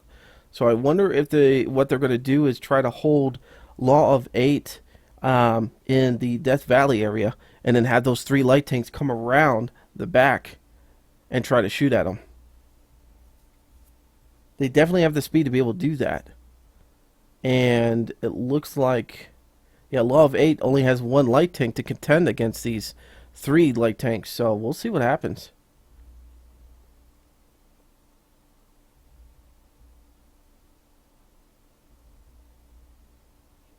Seeing some counter picks come out here. If they keep doing that, we're gonna have to go back to the 2-minute rule. Yeah. Not. Yeah, no, I agree. Just so the audience know, we usually have a 2-minute rule where we set a timer and allow the teams to pick their tanks. They have 2 minutes to do it. If they don't have their tanks picked by then, we start the match. And what's happening here is someone's changing their tanks, possibly after telling Allie in a different chat box that they are good to go. So that rule is there to help the games go smoothly, and we're not waiting forever and a day, and we're having problems like this kind of thing. So we might have to change back to that, like he was saying. Having too many tanks on the field is another one we saw yesterday that can get you for that match disqualified. So that's an easy point for the other team. So these teams really need to be focused on what they're picking and make sure they are following all the rules, because there is no forgiveness really in this game. We do have to follow it to a letter. So as we were... That's the thing with the 2-minute rule.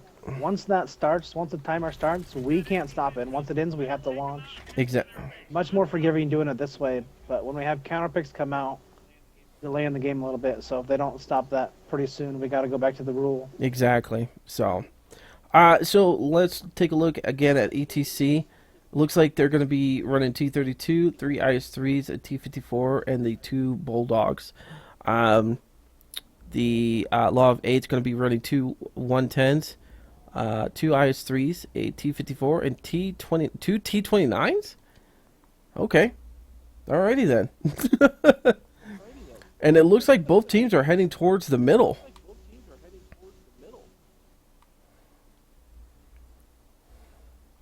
We got the 3 light tanks of ETC sitting over here behind this rock facing.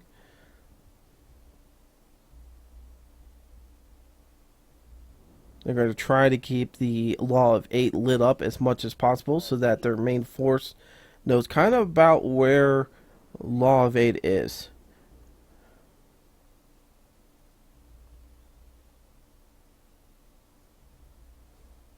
Now, one of the things, if I was in one of those light tanks on ETC's side, is after counting all the numbers that I spotted right there, I would probably do kind of like some of the other teams we were seeing earlier today and run behind the lighthouse. They've got the speed to be able to make it over there, and then start pelting the main force of Law of 8 in the backside.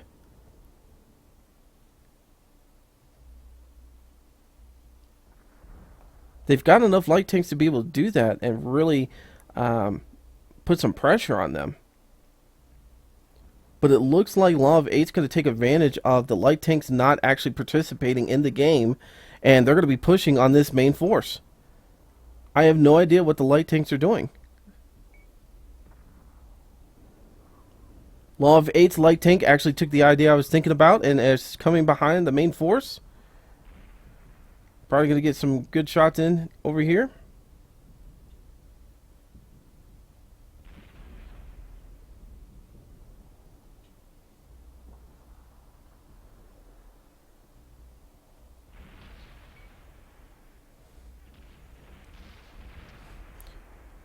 Looks like Law of 8 is taking the lead on this with 3 kills and 1 of their teammates down. They definitely capitalized on those light tanks not moving in. The light tanks should have moved in a lot sooner to help out their main force. And you can see, without that extra firepower, they have definitely given up this map. They've given up this match today. So, good job for Law of 8. Now all they have to do... Having the pure heavy line up here really helped on that, Mm-hmm. too.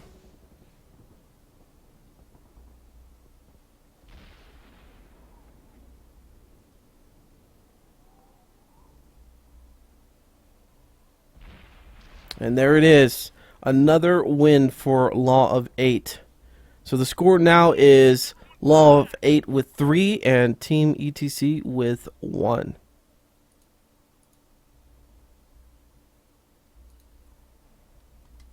I really thought they were going to have a good game that time. I mean, running 3 light tanks. It looks like they were going to rush behind the guys, possibly. But the light tanks just didn't enter the battle quick enough, I think. I feel like they just weren't there quick enough, and majority of their team was already getting punished.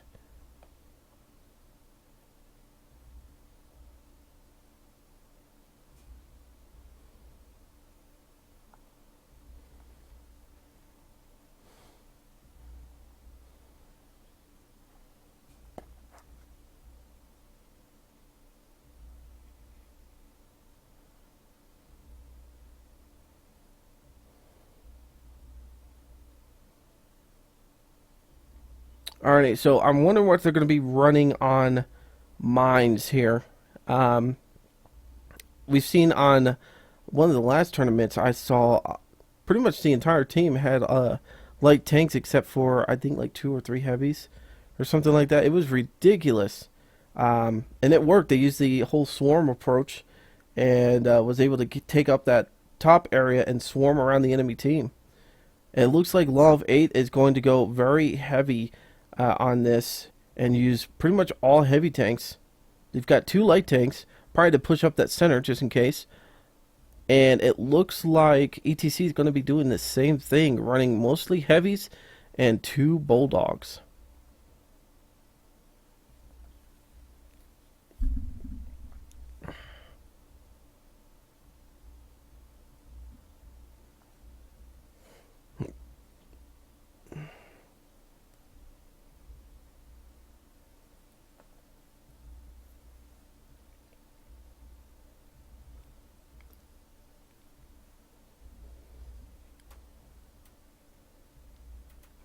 They're waiting on another tank to come out from teammate here.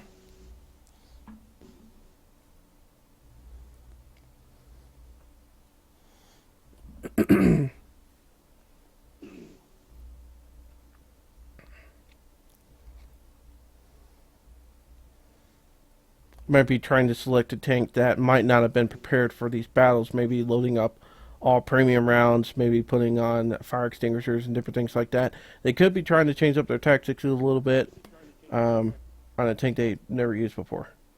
So, and they're bringing out a T-29. Okay. Righty. They both said they were ready, but I had to reconfirm because one only had 6 people picked. Wanted to make sure and double check that. Okay, yeah. Didn't tell them they were missing a tank, but I just wanted to reconfirm that they were ready. And that could have been a mix-up. Maybe somebody thought like one of the reserves were supposed to play, and then kind of find out he was supposed to play. So that could have been one of the problems. But all right, so ETC has to win this game to continue these battles going on. Law of 8 only needs to win this battle to be able to continue in the tournament. They will win the match and move on.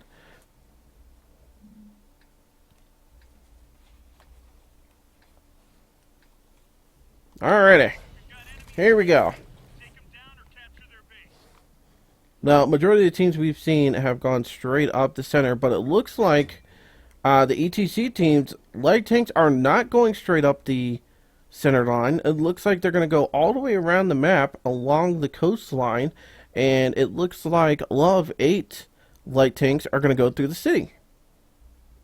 I have not seen that happen. Usually the light tanks... I'm surprised with the city push. Yeah, usually the light tanks want to go all up towards the middle and get the spots on and figure out where everybody is and harass people on top of the mountain. What is this T-32 thinking? He is giving his sides to everyone. Law of 8 light tanks are finally coming up around the back, but it looks like the ETC's 110 was on the lookout for him. Got one shot into the light tank over there.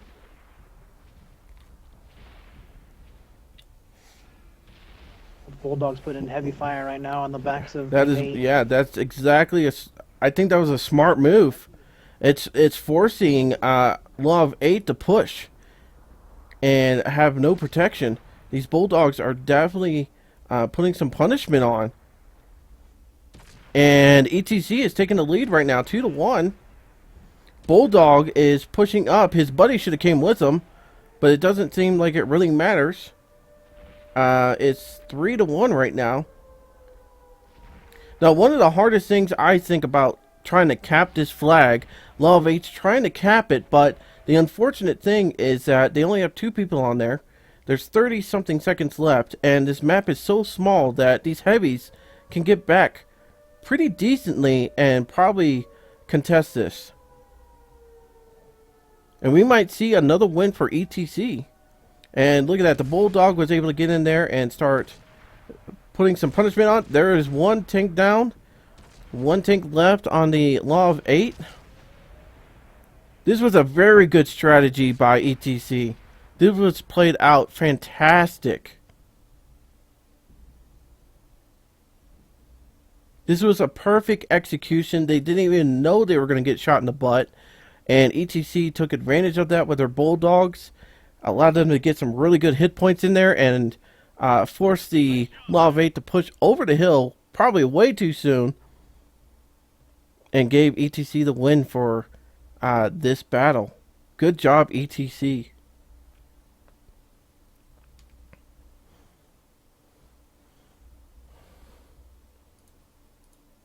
So now the score is ETC with 2 points and Team Law of 8 with 3 points. Now we have another battle on mines. Let me remind you guys, if we do continue, if it does become a 3-3 match, we will be going to Insk Encounter for the last battle. If there happens to be a draw, we will go to Karelia Assault.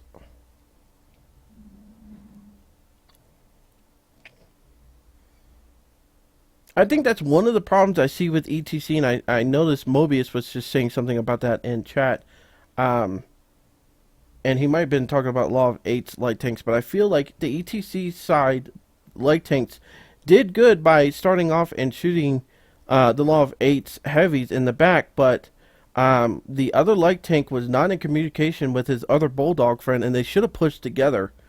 There could have been a mishap there, and ETC might have lost, but thankfully they were able to pull it off. So I think they really need to work on their light tanks communicating and working a little bit better together. But so far, really good games. Really good games.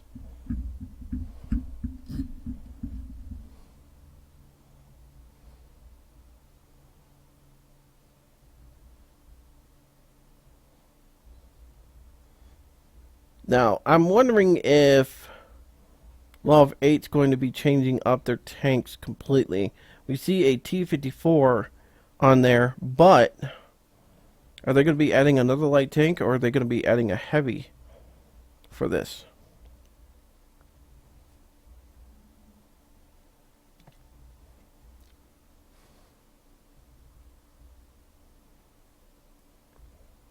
So they are putting AMX Chaffee in there, or Chaffee, however you want to say it, and putting in their AMX 5100. So they are still running 2 light tanks and the rest heavy, as well as ETC is running all heavies except for 2 light tanks, the 2 Bulldogs, which are very nasty tanks, as we can see.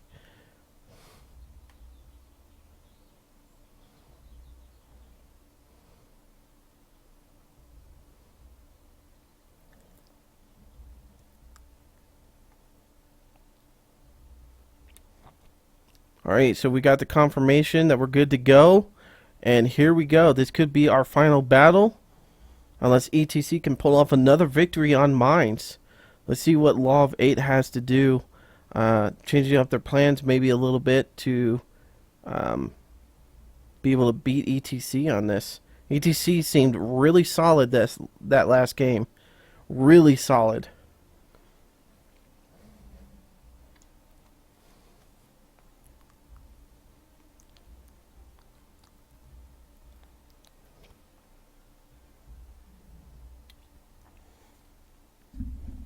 Alrighty, so here we go. Mines again. ETC is going to be starting on the opposite side, and Law of 8 is in the northwest corner. Now let's see if these teams are going to be running the same thing. I would think ETC might change it up a little bit because they don't want the Law of 8 to think that they're going to be running towards the to the lake side again. But also, on the opposite side, it's very hard to shoot at people from over on the lighthouse side. And we've got our first little scrimmage up here, light tank versus light tanks. Wow, he bounced off. The Bulldog bounced off the T-54. I believe he hit the tracks because he is firing heat. So we are at 1-1.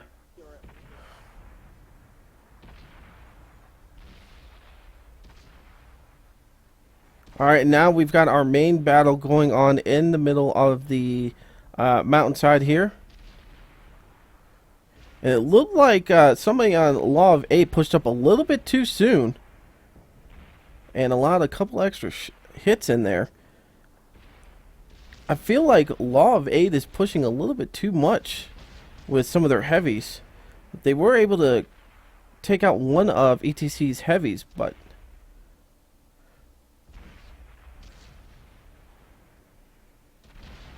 looks like Law of 8 is taking the lead on this, 4-1. Can ETC figure out something to do to bring this back?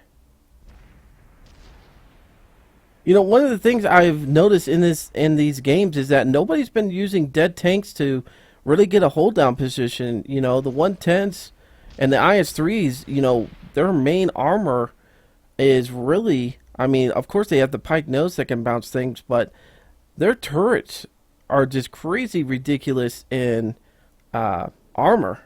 And you would think they would use more of these dead tanks to do a hold down position and try not to get hit.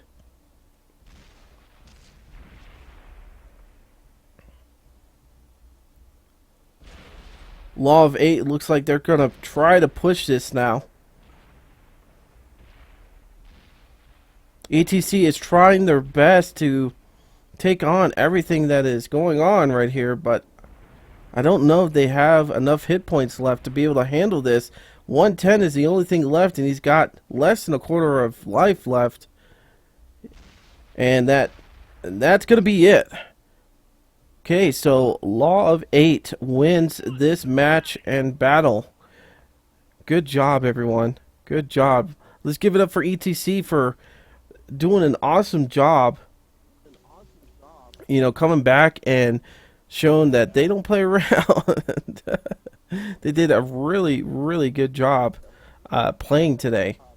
And Law of 8, really good job coming back there on that last battle.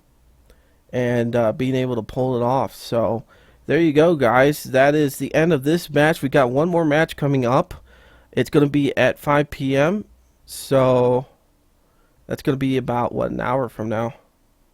So, about 50 minutes from now, we're going to be having a one more match. It's going to be Goon Squad versus Dead Tank Society.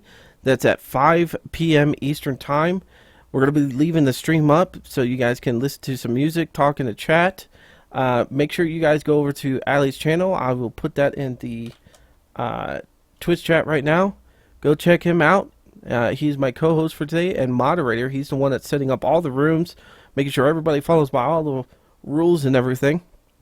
And he's an awesome Twitch streamer. He's a really good guy. He knows how to play his tanks very well.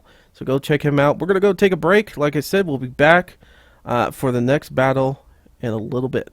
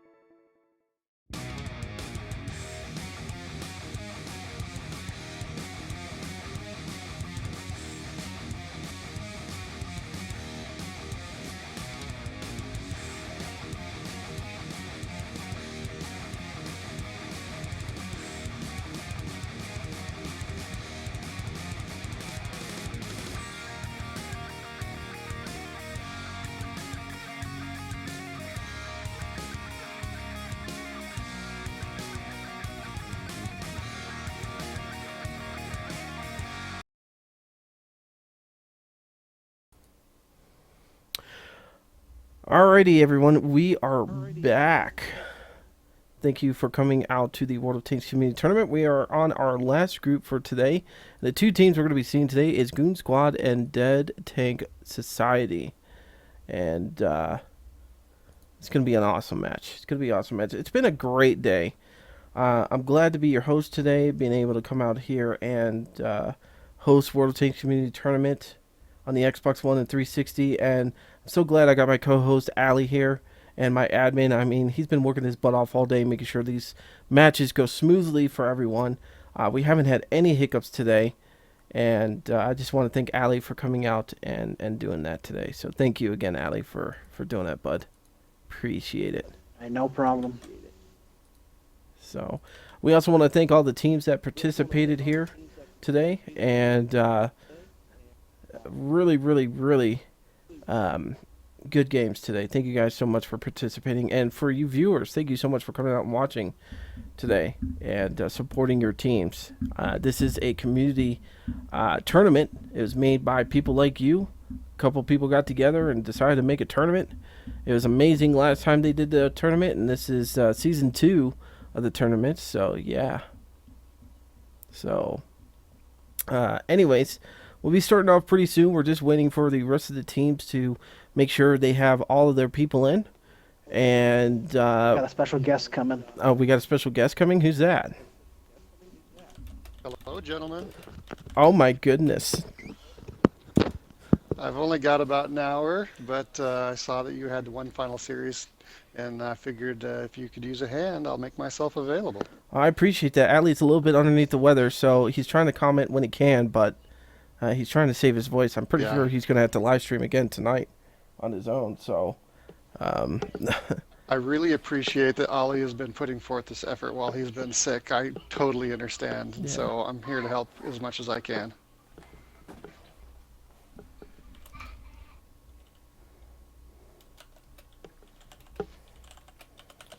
Yeah, Ollie, if there's any specific duty you'd like me to help out with, please speak up.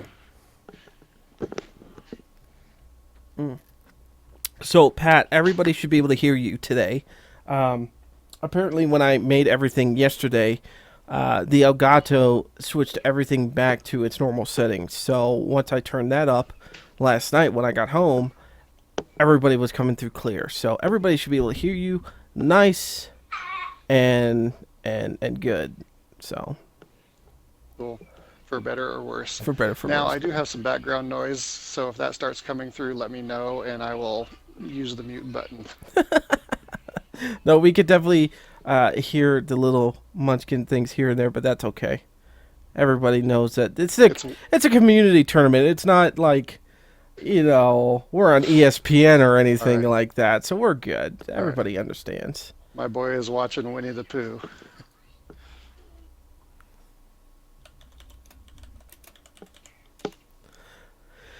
All right, who won last game? The last game was Law of 8 who won the last game, so...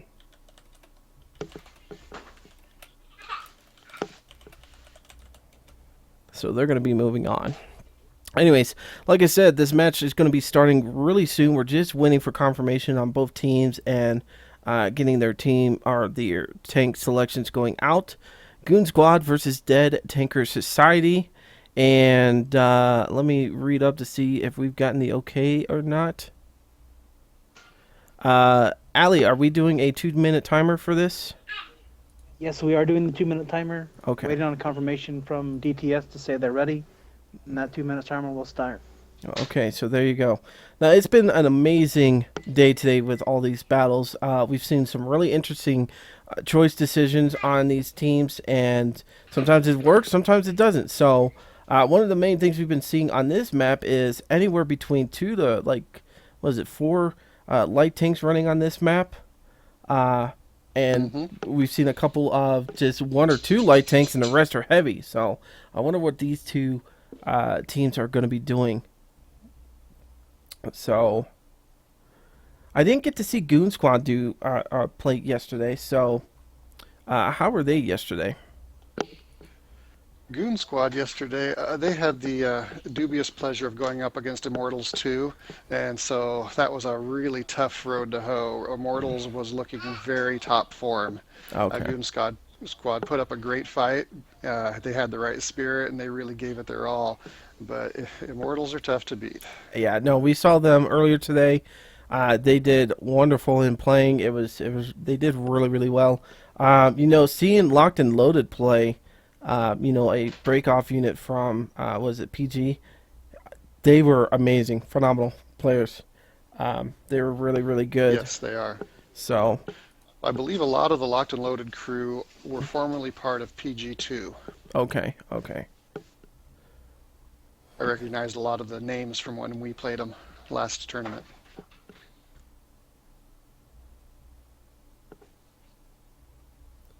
One thing the viewers might not be aware of, but one of the things we have to do as a moderator this time is that because the potential replay battle in case of a draw is Corellia Assault, the spawn for that battle is determined by the team that has the quickest victory prior to that point in the series. And so one of the things we have to do as a moderator is we have to note down the time left on the clock at the end of every battle, so that we can go back and reference that if we need to. Oh, that's really interesting. I didn't know that. So just touching on that real quick, the maps we're going to be doing today is steps and also cliffs. Now, if we get a 3-2 kind of setup, we're going to go to mines, and if we get a 3-3 and we have to go to that 7th battle, we're going to go to encounter. Any draws that might happen during these games, we're going to go to Corellia Assault, and yeah. So there you go. Steps has been really back and forth on what teams are going to win and stuff. We've seen one team dominate, and then the next game, the next team dominated, and then they dominated again. Steps is really been weird. Weird for all the teams we've seen so far. So let's see. The Goon Squad's going to be having a 110, an AMX 5100, a T32, an IS3, a T54 light tank, or two of those, anyways, an AMX Chafee, and then on the DTS side, we're going to have a T32, two IS3s, a RU251, two T54s, and a AMX Chafee. So it looks like DTS is going for those 3 scouts, and Goon Squad's going to go for 2 scouts. Well, I can see right away that Goon Squad is breaking their force in 2 right from the start. That could bite them in the butt. It looks like they might be trying to sneak through for a quick cap. It's a gamble. We'll see how this plays off. Oh, and I correct myself. Goon Squad does have 3 light tanks. They have another one in the bottom left area. But yeah, this is one normal thing we've been seeing a lot today is that 8 line being used a lot by multiple teams. But one of the problems I see here with the Goon Squad is just not enough people to hold this area. They're probably going to lose both of their light tanks over here, while most of their main forces are heading down the middle road there. And then they... Yep, and you'll see... Go ahead.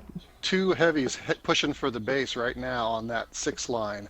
And they will probably get there, but with only 2 of them... plus 1 scout left behind the reset cap, I don't know if that play is going to work for them. Yeah, that's one of the things, because what is it, with 2 people on there, it drops down to a minute off the bat, or 50 seconds or something like that? What I can't... 45 seconds, 45 seconds, okay. And with 3 people, that drops down to like 30 seconds, right?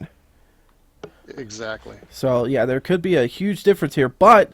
the one advantage that they have over there on the Goon Squad is that there's only 1 light tank really protecting the base, so if they can knock him out, they won't have anybody to reset the base.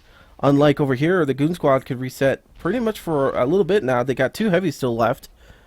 DTS has a heavy headed back to help at the base. Oh, So wow! That was amazing. Sorry to cut you off right there. The Goon Squad, or DTS, light tank just did a slide off the side of this little ridge and blew himself up, going too fast. Ouch. That was great. Alrighty, so we've got 1 defender left for Goon Squad over here, and I wonder if he's going to be able to hold it for a little bit. It doesn't even look like DTS is going to even try to cap. They're like, screw it, we're going to kill him. And are they going to head back Yep, towards that's what it base? looks like. They've got two guys in position. They should be able to hold them, keep resetting until the main force arrives. That's looks like DTS has got this one in the bag unless they screw it up somehow. Well, it looks like DTS is going to let their two heavies go in cap, and that light tank's going to come support. The Chafee over here from DTS is almost dead, and the T-32 is still fully health, but The Chafee is playing very smart though. He's just picking away just to keep the timer. He's doing good. and there comes that Oh, one. that's Nasser himself in that Chafee.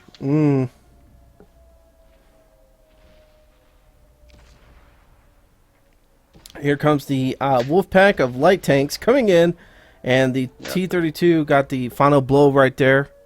So the victory goes to DTS for this first match. Good job, DTS.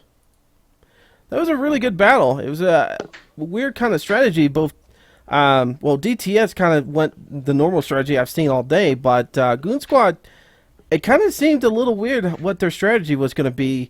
You know, they had a couple people back at the base, and they had people wanting to go towards the enemy base, and then another guy turned around. It was like they were kind of disorganized.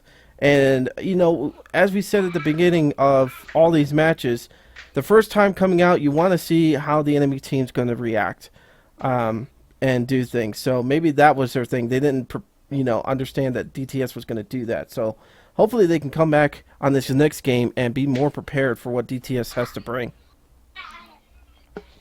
It almost looked like there was confusion within their communication. Exactly. In fact, they had three heavies down in the middle waiting to make a move. But then when the moment of decision came, they split up, two one way and one the other. And that, you can't get away with that. You've got to go all in, one strategy or the other. Exactly. And then look at their two light tanks that they had right at the beginning. I mean, pretty much getting dominated down there because they weren't able to turn around because most of their force was way behind them. I think they pushed out a little bit too far. Once they saw the enemy, they should have just turned around and ran away.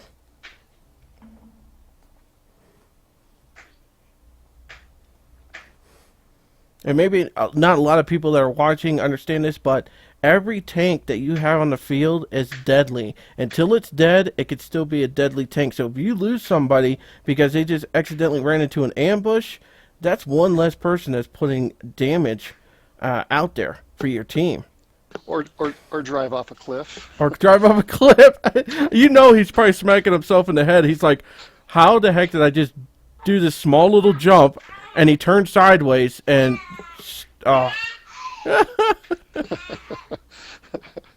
Well, I got to say, in our battle, let's see, it was against PG2 on mines. We won the battle, but when it got down to the last three of us chasing the last PG guy, I came off, when my 110 came off the slight cliff and did like 700 damage to myself. I survived, but it was a painful moment to be sure. You get that bloodlust going and you just don't think about those things so much. Well, the funny thing is, me and Solus were playing last night. We were both in tank destroyers.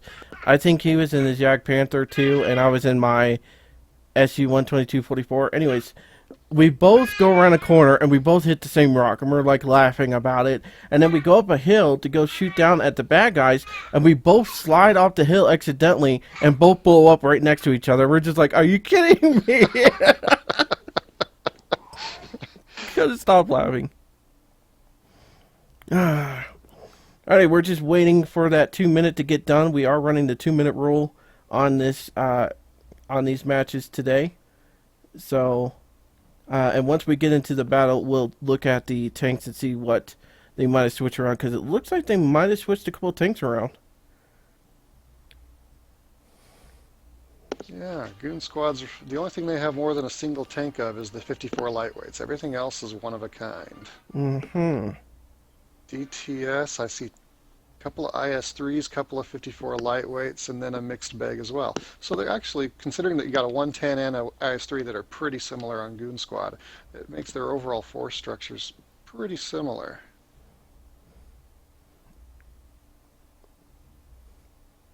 But I have to say that RU-251, man, that is a nasty little tier 8 light tank. in public matches especially. Yeah, it can be very Tournament annoying. play, it can be maybe, yeah, tournament play, it suffers a little bit from not having an APCR premium round, but it can still be effective if played well. Hmm.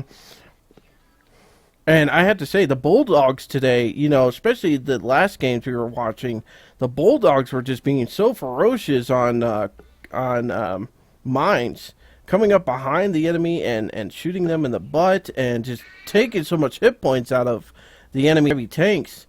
It was a very good. The light tank drivers today have been doing very good.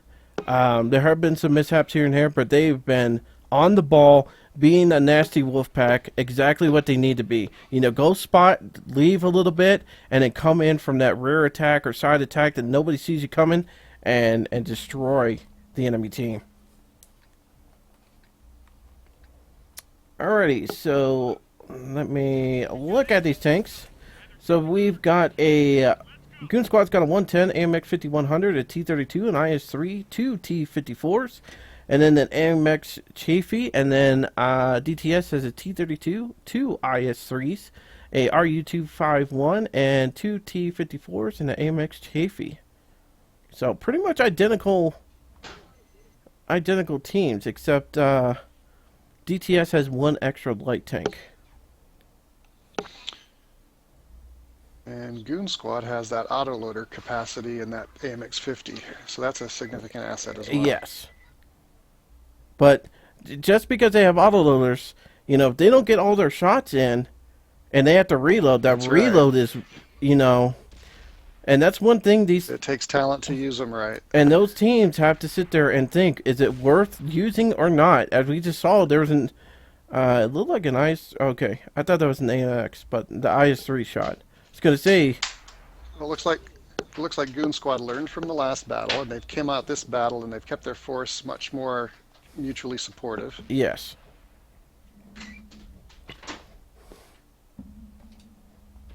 But it does look like DTS is having a light tank coming around the back. I don't know how effective he's going to be because he's going to run it into Goon Squad's AMX Chafee over here. Maybe being able to kill the Chafee, but the Chafee still has support over here. And with only one light tank, I really don't see that as like an ambush. It's more of just, spotting kind of thing, to be honest with you. A possible flanking opportunity, yeah, get some easy shots in on the backside. It can create some confusion in the other team if they don't know how to handle it. Exactly. And we've got our first casualty. Goon Squad taking a kill.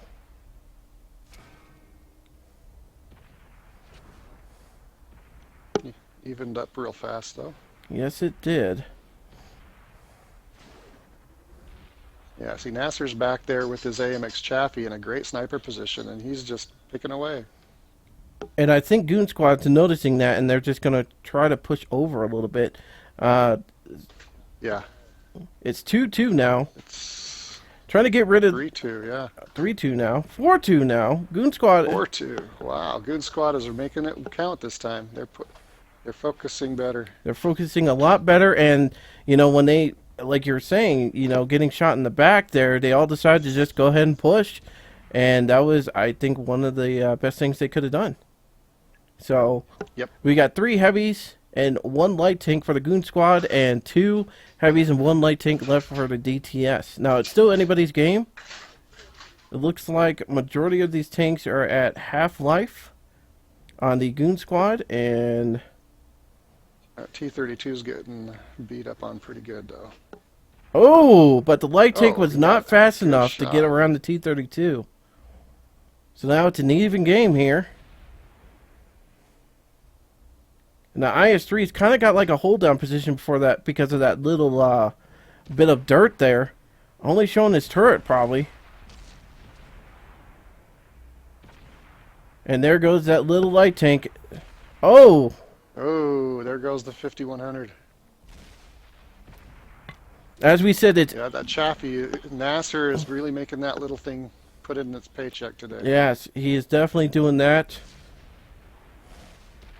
And like we said, it's anybody's game. It can change at any moment.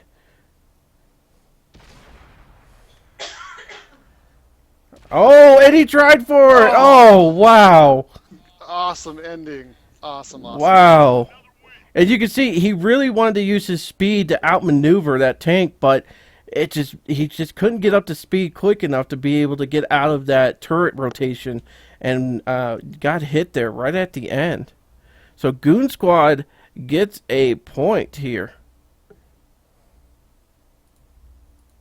All right, so the game is even up right now, 1-1. We're going to be switching maps over to Cliff now. And we're going to probably see a lot of heavy tank playing here.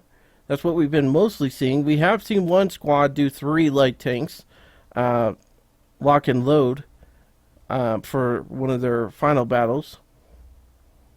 But I doubt we're going to see that in this. We're probably going to see mostly heavy tanks, but I'm already being wrong on this.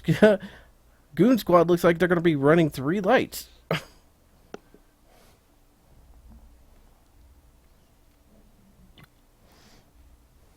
This is one of those maps where I kind of like the 110 better than the IS-3 because it has an extra degree of gun depression. Exactly. And being able to get on the hills a little bit better and be able to point your gun down can definitely help out. Can definitely help out. It looks like DTS is running the same exact thing as Goon Squad. 3 light tanks, and then the rest are probably... No, they're running 4 light tanks. I wonder what their strategy is going to be here. I mean, possibilities. 4 light tanks and 3 IS-3s. So the IS-3's big advantage over the 110, however, is its better acceleration. And so if they're planning on going uphill, which you have to go uphill to get to the main fight in this area, the IS-3s can get there sooner. They can also push over the hill faster than the 110s can. Now, I'm wondering if they're trying to do a, the possibility for these 3 light tanks is to, get into the middle and try to conquer that higher position.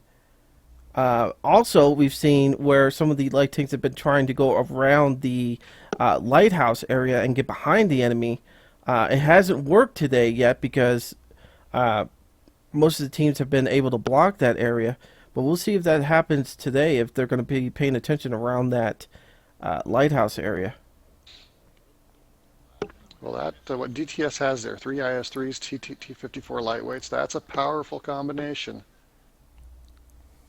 We'll see what they do with it. And we see Goon Squad. Goon Squad looks like they're set up for a little slower action, slow-paced, picking away at the enemy, while DTS looks like it's set up for more of a mobile, find the enemy, hit him, and hit him hard all at once kind of action. And that's what I'm thinking. And I'm thinking Goon Squad's probably going to go down the death row area, that A1 line, and DTS, I'm not sure. They might send a couple down that line, and then the rest are going to go and try to surround Goon Squad, which we've seen that today, taking control of the higher ground and then coming around the enemy and just destroying them. We've seen that a couple times, so...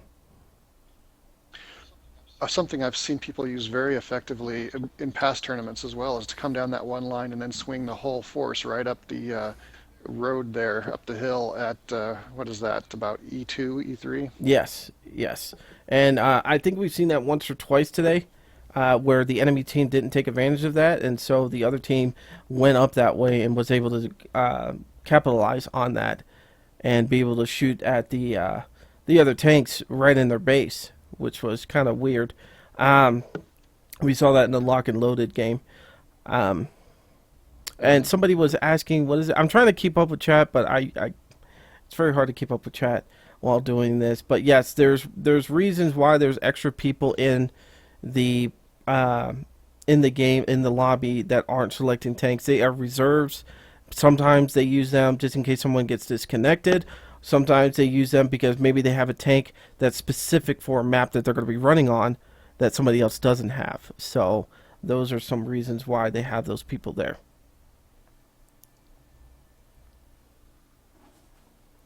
All right, so we're going to our third game here on Cliff. Every time this game loads up, I'm reminded of what my wife said the first time she looked over my shoulder and saw this loading screen. She said, "Honey, that looks just like a mammogram." That's funny because I looked at it and I saw the C3 area and it looks like butt cheeks there. So, Yeah, everyone talks about that one too, yeah.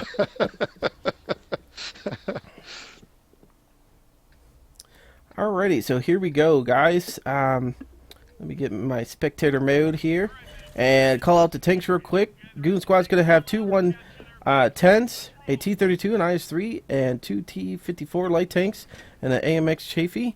And a DTS is going to have three IS-3s and three T-54 light tanks, and an AMX Chafee. And it looks like DTS is going to be going, or Goon Squad. They're doing just what I said they might do, yeah. And Goon Squad's going straight up the middle. DTS is taking that. This will be interesting to see how this plays out. This could be like we saw yesterday with, I can't remember, DTS the other day where they tried to cap.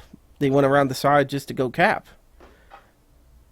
And it almost worked out for them. Yeah.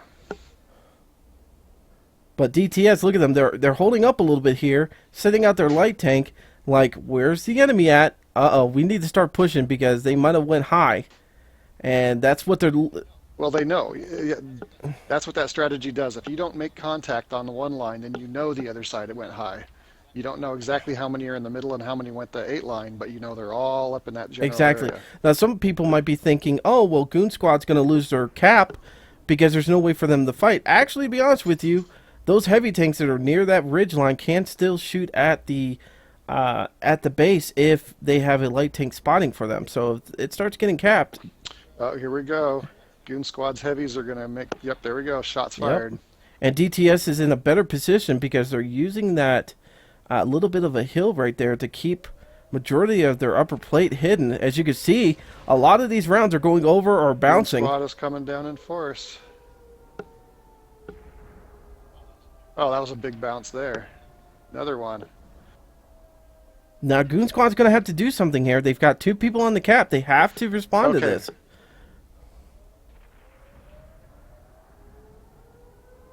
They've got 20 seconds left before they are capped out on this.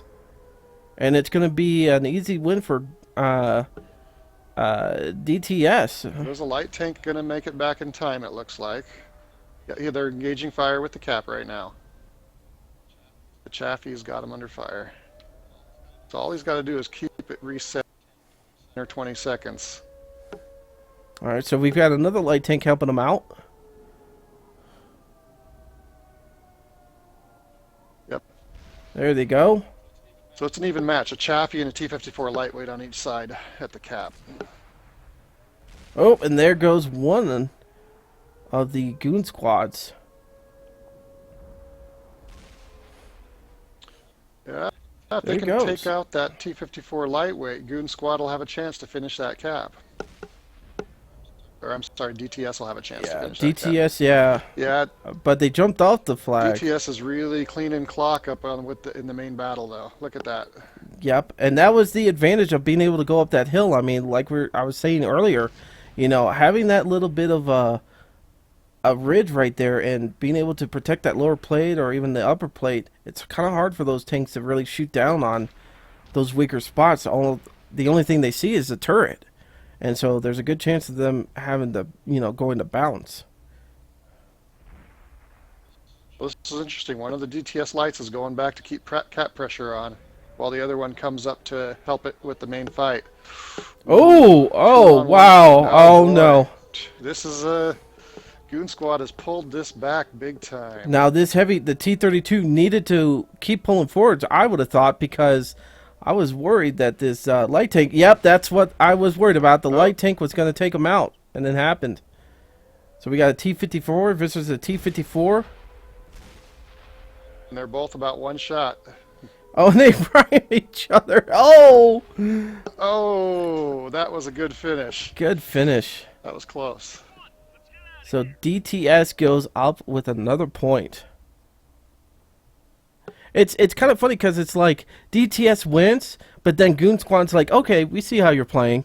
And then they're like, oh, we're going to fix that.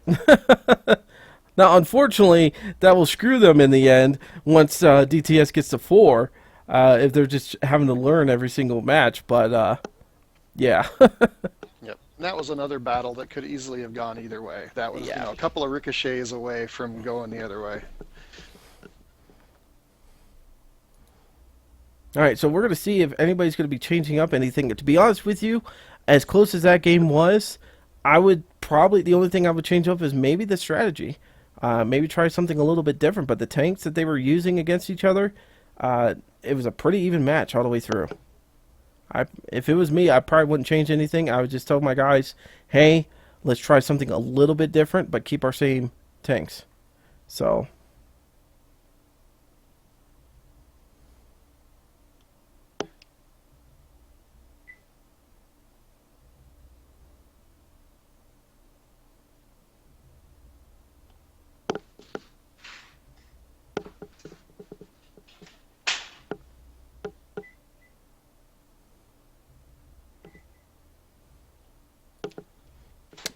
Alrighty, so we're seeing Goon Squad pretty much same setup as last time, and DTS pretty much the same setup as last time as well.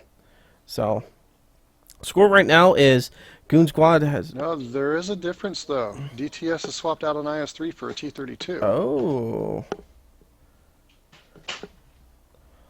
Somebody wants a little more gun A depression. little bit more gun depression.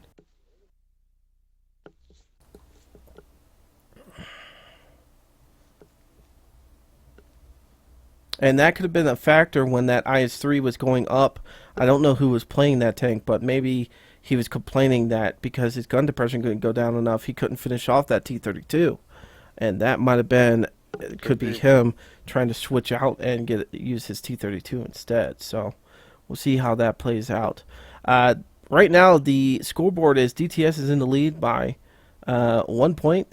They have 2 right now, and Goon Squad has 1. This is the final matchups that we're going to be doing today.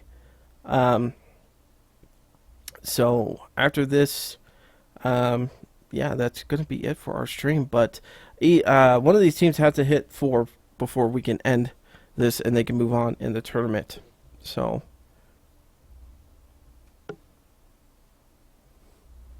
I really want to see these teams go to mines. I really do. And we're going to see that. We're going to see that because no matter what, even if DTS wins this again, we're going to just go to mines. But I really want to see what their strategies are going to be because these two teams are like so similar on how they were playing. They're really, really good. They do seem to be a good matchup skill-wise in general. A little different twist on how they do things, but a very, very competitive matchup. Exactly. And one of the best ones. I have to say this has been one of my favorite matches so far.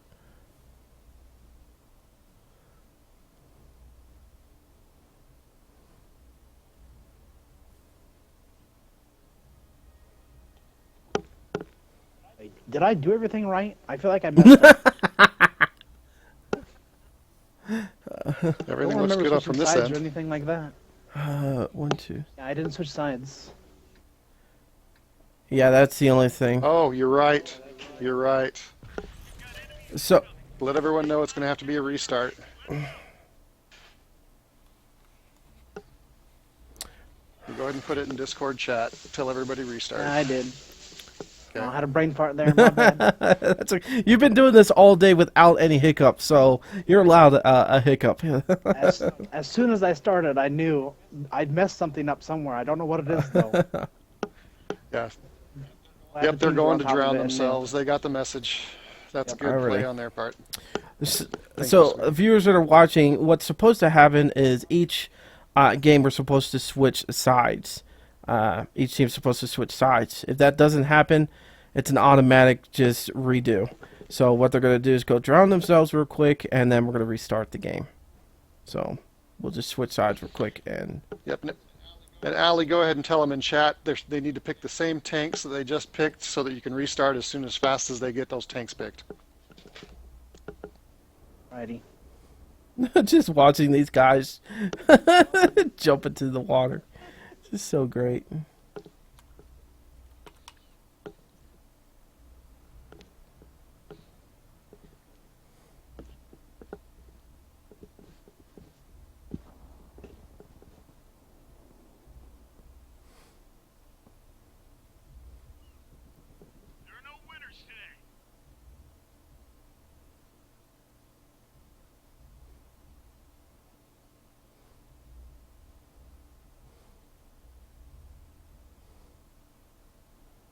Alrighty, so we're gonna get back in this game. Allie's gonna switch everybody from one side to the other.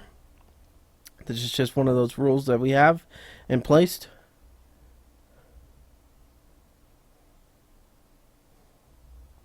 But good catch on that, Allie.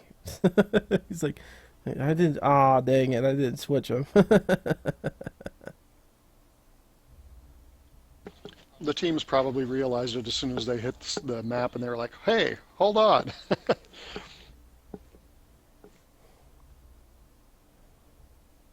All right, let's make sure on this. Are we good to go? 1, 2, 4, 5, 6, 7, 2, 3, 4, 5, 6. All looks correct to me. It looks like both teams are ready. Some starting. Okay.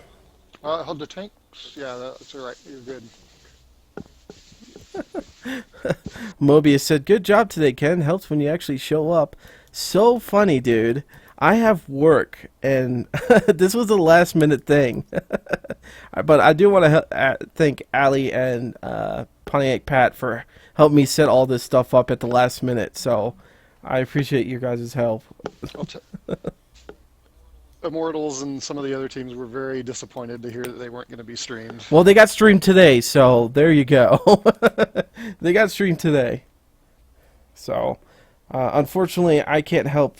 Unless they want to pay for my, for me to stay home. That'd be awesome. I'm all down for that.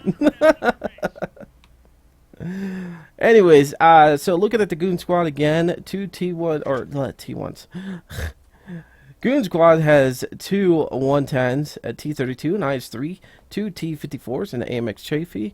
And on DTS, you got a T32 IS-3, or 2 of them, 2 T54, or 3 T54s, lights, and an AMX Chafee. So, alrighty, looks like they're doing the same exact thing as last time. Goon Squad's going high, and DTS is going low.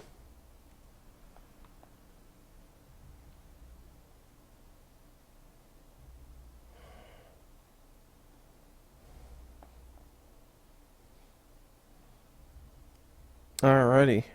Pontiac, are you still here? Okay. Yeah, I muted myself so you didn't have to hear me smacking my lips. Oh, no, that's fine. I was just My making wife- sure that I wasn't, I didn't lose you in party chat. So, it's been doing so good today. Alrighty, so Goon Squad gets their first hit in on a T54. Yeah, it is. It's the exact same thing in reverse, Exactly. isn't it? Yep, they got their 2 light tanks going to the base.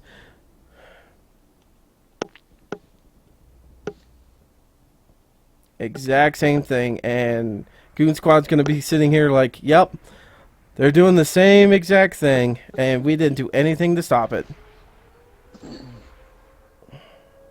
So now here's an interesting, you notice how DTS sent the 1 T54 lightweight around the backside of the hill to keep from getting pinched from behind. The problem with that is it's easy for Goon Squad, if they want, to overmatch that single light tank and roll them up from behind. My gut instinct in that kind of a situation is to put all 5 of your tanks on the same side of the hill and actually push against Goon Squad rather than wait for Goon Squad to envelop you. Exactly.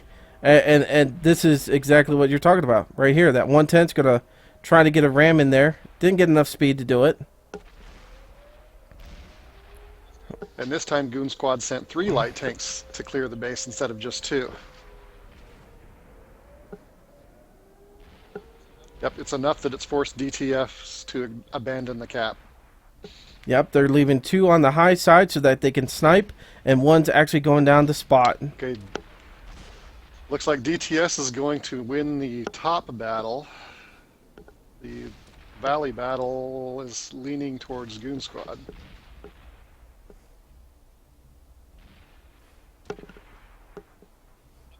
Yep, all the heavies are now gone.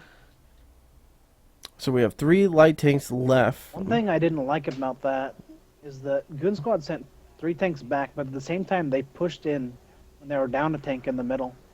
You're gonna send too many more tanks back like that. You need to force them to come to you on the top side. Agreed. You don't want to push and give the other team the overmatch on a silver platter like that. Exactly. Now, as you can see, they are all chasing after this 1 light tank. These other 2 light tanks need to start going towards the flag. They need to get out of this and get to the enemy flag and start capping. This guy's giving them more time to be able to cap on there.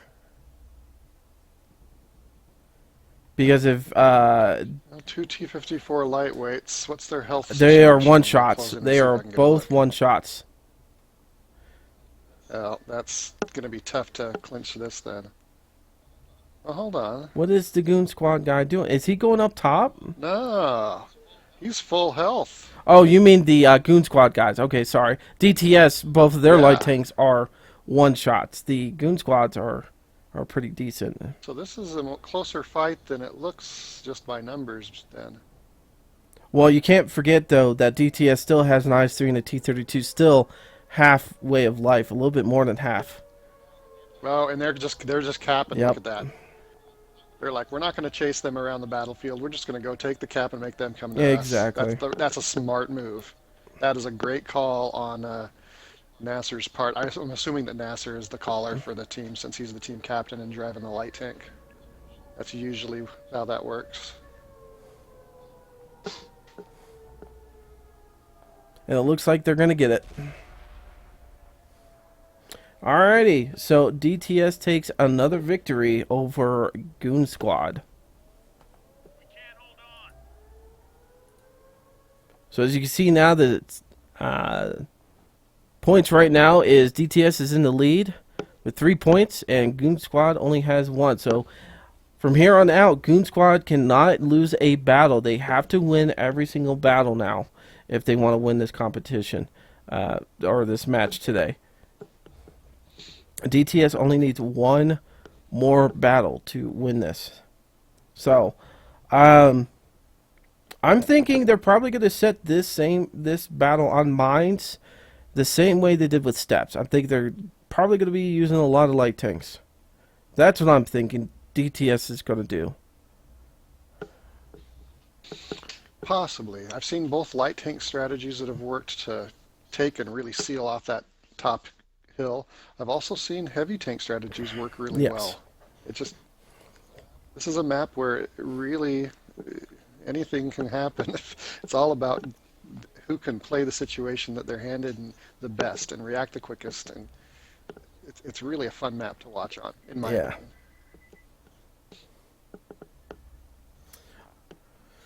Alrighty, so far we're looking at Goon Squad, and they have 3 light tanks, and the rest are going to be heavies. And I'm wondering if they're going to try to do kind of like, who did that? I can't remember the other team that did it, that ran down the side area near the water line and was just shooting the enemy tank in the bum. Yeah, that was DTS, I believe. Oh, wait, No. no. That I'm was sorry. ETC with the Bulldogs. Yeah. Yes, thank you. DTS looks like they are running a lot more light tanks. This is what I was thinking they might do. Run a lot of light tanks, so... Yeah, each team has 4 light tanks. Oh, okay, so Goon Squad did add an...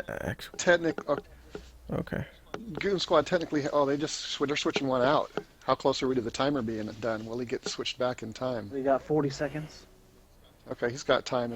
There he goes. Yeah, see, they just switched out light tanks for 5100s, so which are fairly fast for heavies. So this could get interesting.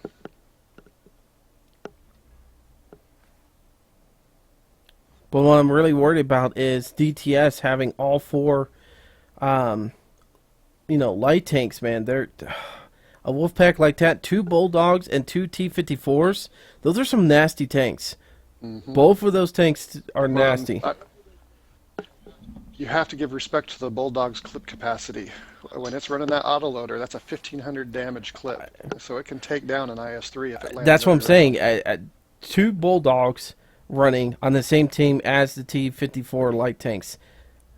Nasty combination. I mean, like in the sense of good. Like it. Oh. Yep.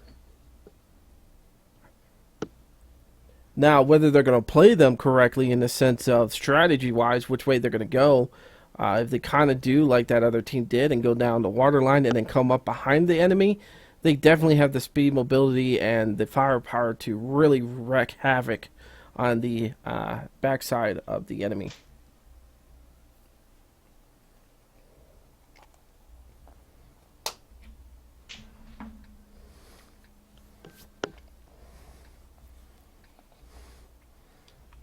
Alrighty, so here we go. This could be the last battle versus Goon Squad versus DTS. So Goon Squad definitely has to pick this up. They really need to get this going. Now it looks like both teams are doing the same thing. Light tanks are going straight up to the top. And I feel like Yes, Goon they Squad is are. going to really lose some good points on this because they're going to let their 2 light tanks die here. 4 lights versus 2. Not good. DTS got up there with the most the first, and Ooh. the fact that it's only 1-1 is probably a win for Goon Squad. They could have easily been down 2 on that Exactly. exchange. Whoever took out that 1 light tank on DTS, good shooting there. Because I know that was probably a clutch shot to get that up there and going.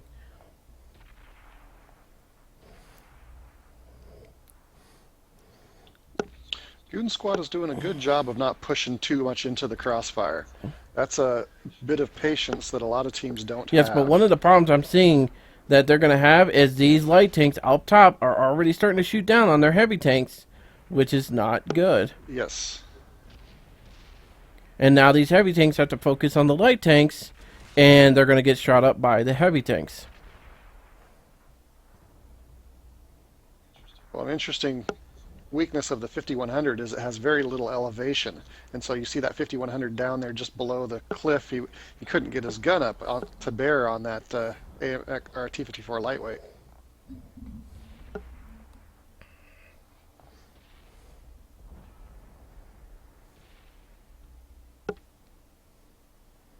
Now, Goon Squad is doing pretty decent by hugging that one side of the mountain so that the light tanks can't do anything. They are forced to come down. Yep, and they have come down, yeah, as a unit, which is the right way to do it. And so, ooh, that was a big kill right there. That gives them a. Ooh. Oh. Goon Squad is putting serious. Oh hurt my on goodness. now. Goon Squad is capitalizing on this. They have an AMX. There we go. Goon Squad has pulled it back. They knew they had to win this one, and they did it. 7-2. Their patience paid Only off. losing 2 tanks. Patience paid Yes. off big time. Only losing 2 tanks. Amazing game.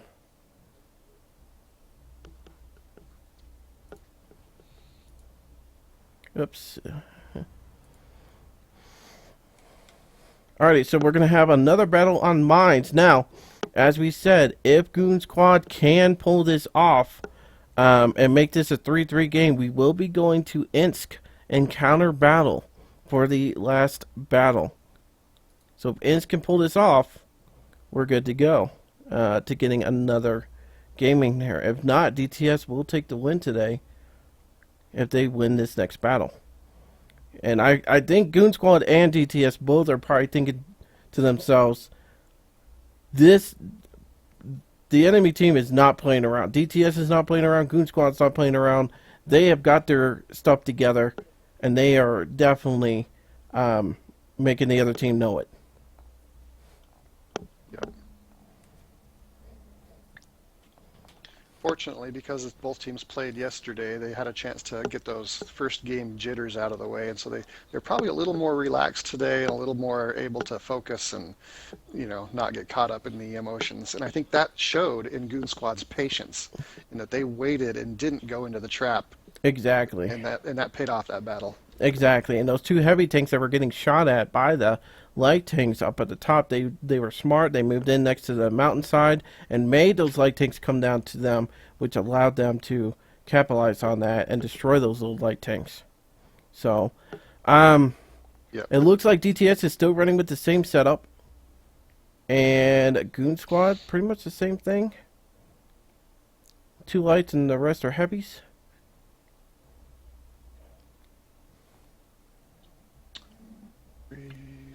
Yeah, that does look the same. But it does look like... Did they have 2 T-32s last game? On the Goon Squad? Yes, they Okay. did. Yeah. So they're trying to get They that... were up working the center together. Getting that better gun depression.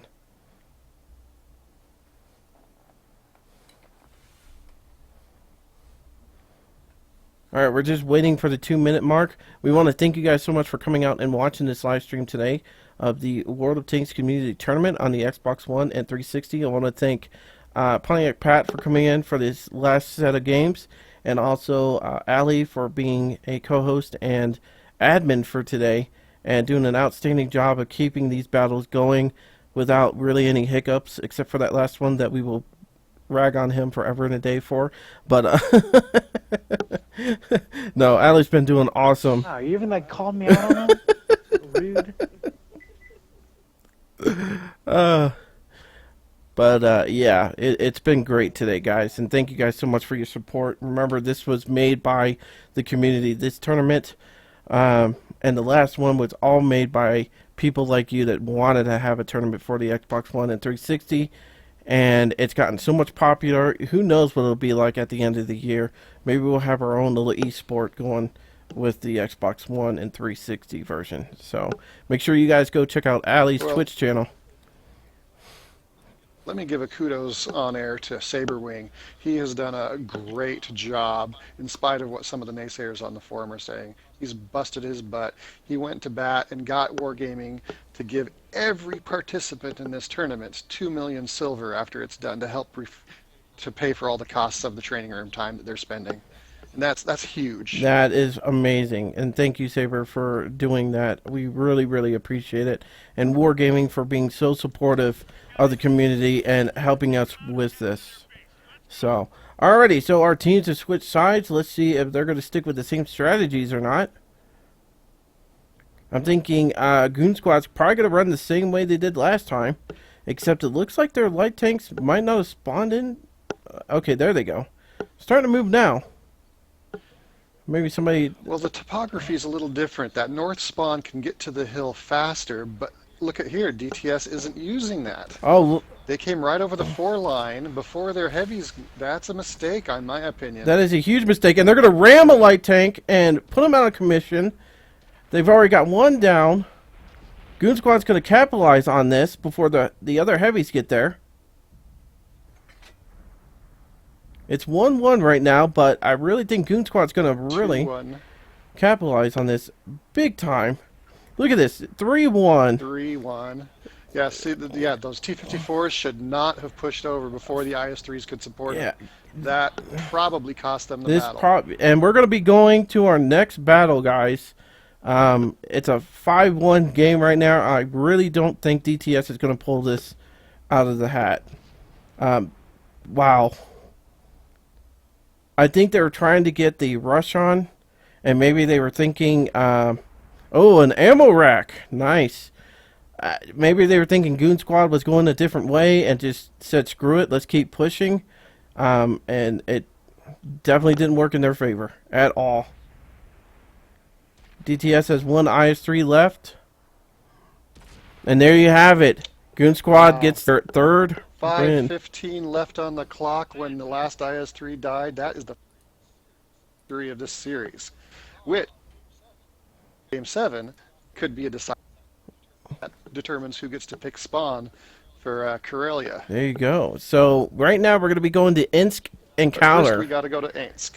Yep. So it's not a normal assault battle, or not assault, but standard battle. We are doing Encounter on this. Now, do you know a reason why they do Encounter on a battle such as this? Because the map will only be played once. It's generally considered that this map's encounter battle is the most balanced between both north and south spawns. And so you don't get a situation where one team has a significant advantage just by the random spawn of the last battle. Okay. So there you go. If you didn't know why we pick Insk Encounter, there you go. I didn't know why. Now I do. So. Yep, that was something we learned from the esports guys. They pointed that out to us. And learning is half the battle, G.I. Joe.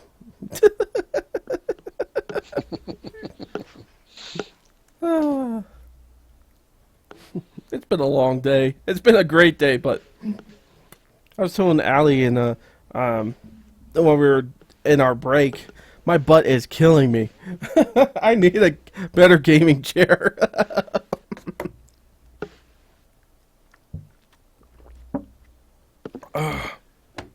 Okay. Okay.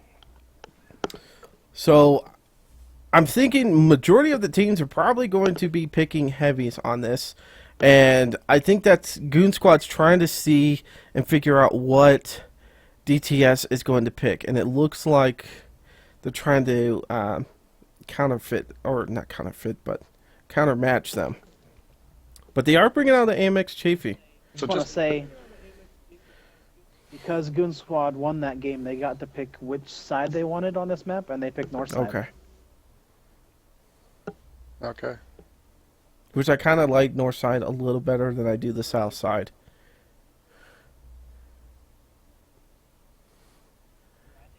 See, I think the south spawn is the better spawn. Really?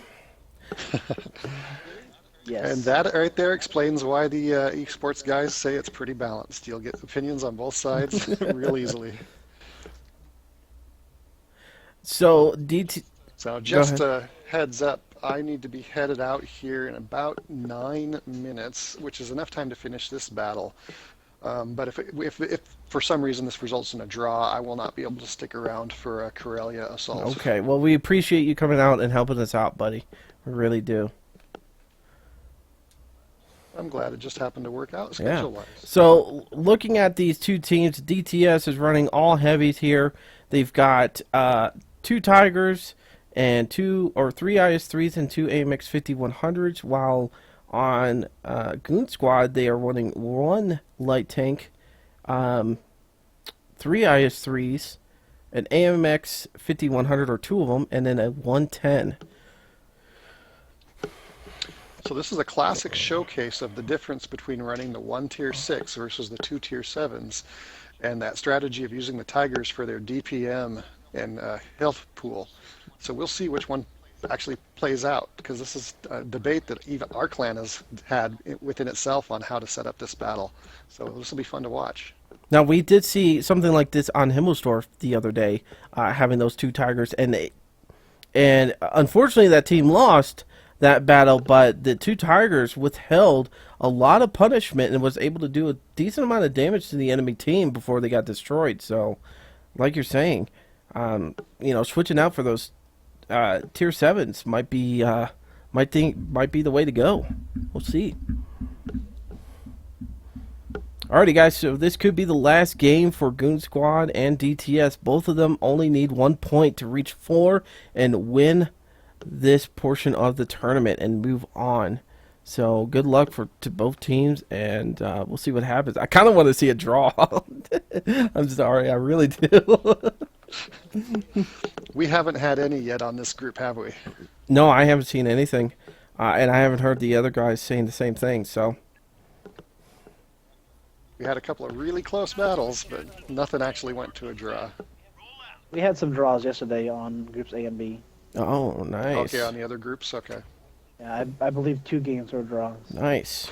Alrighty, so it looks like Goon Squad's going to be rushing down the 9 line, and 2 of their tanks are going to be heading probably towards the flag to try to make sure nobody gets on it.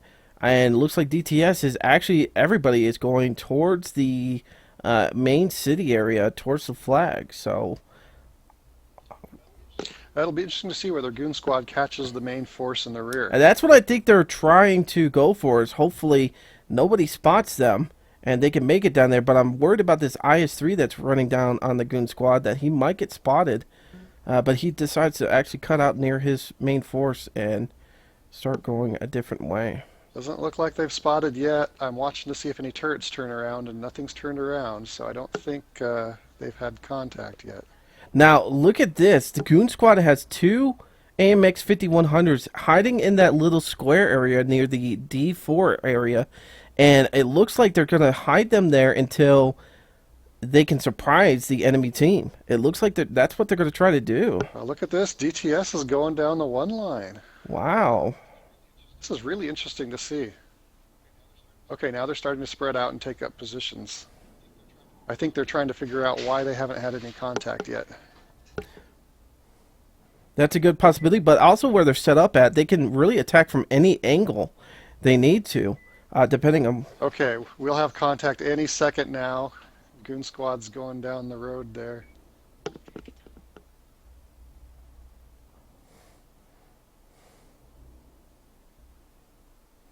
Oh, there we Yep, go. there we Goon go. Squad gets the first hit in. Side scraping off of the building. And it looks like DTS is just going to push on these guys right here. Oh, little. It's a really even match.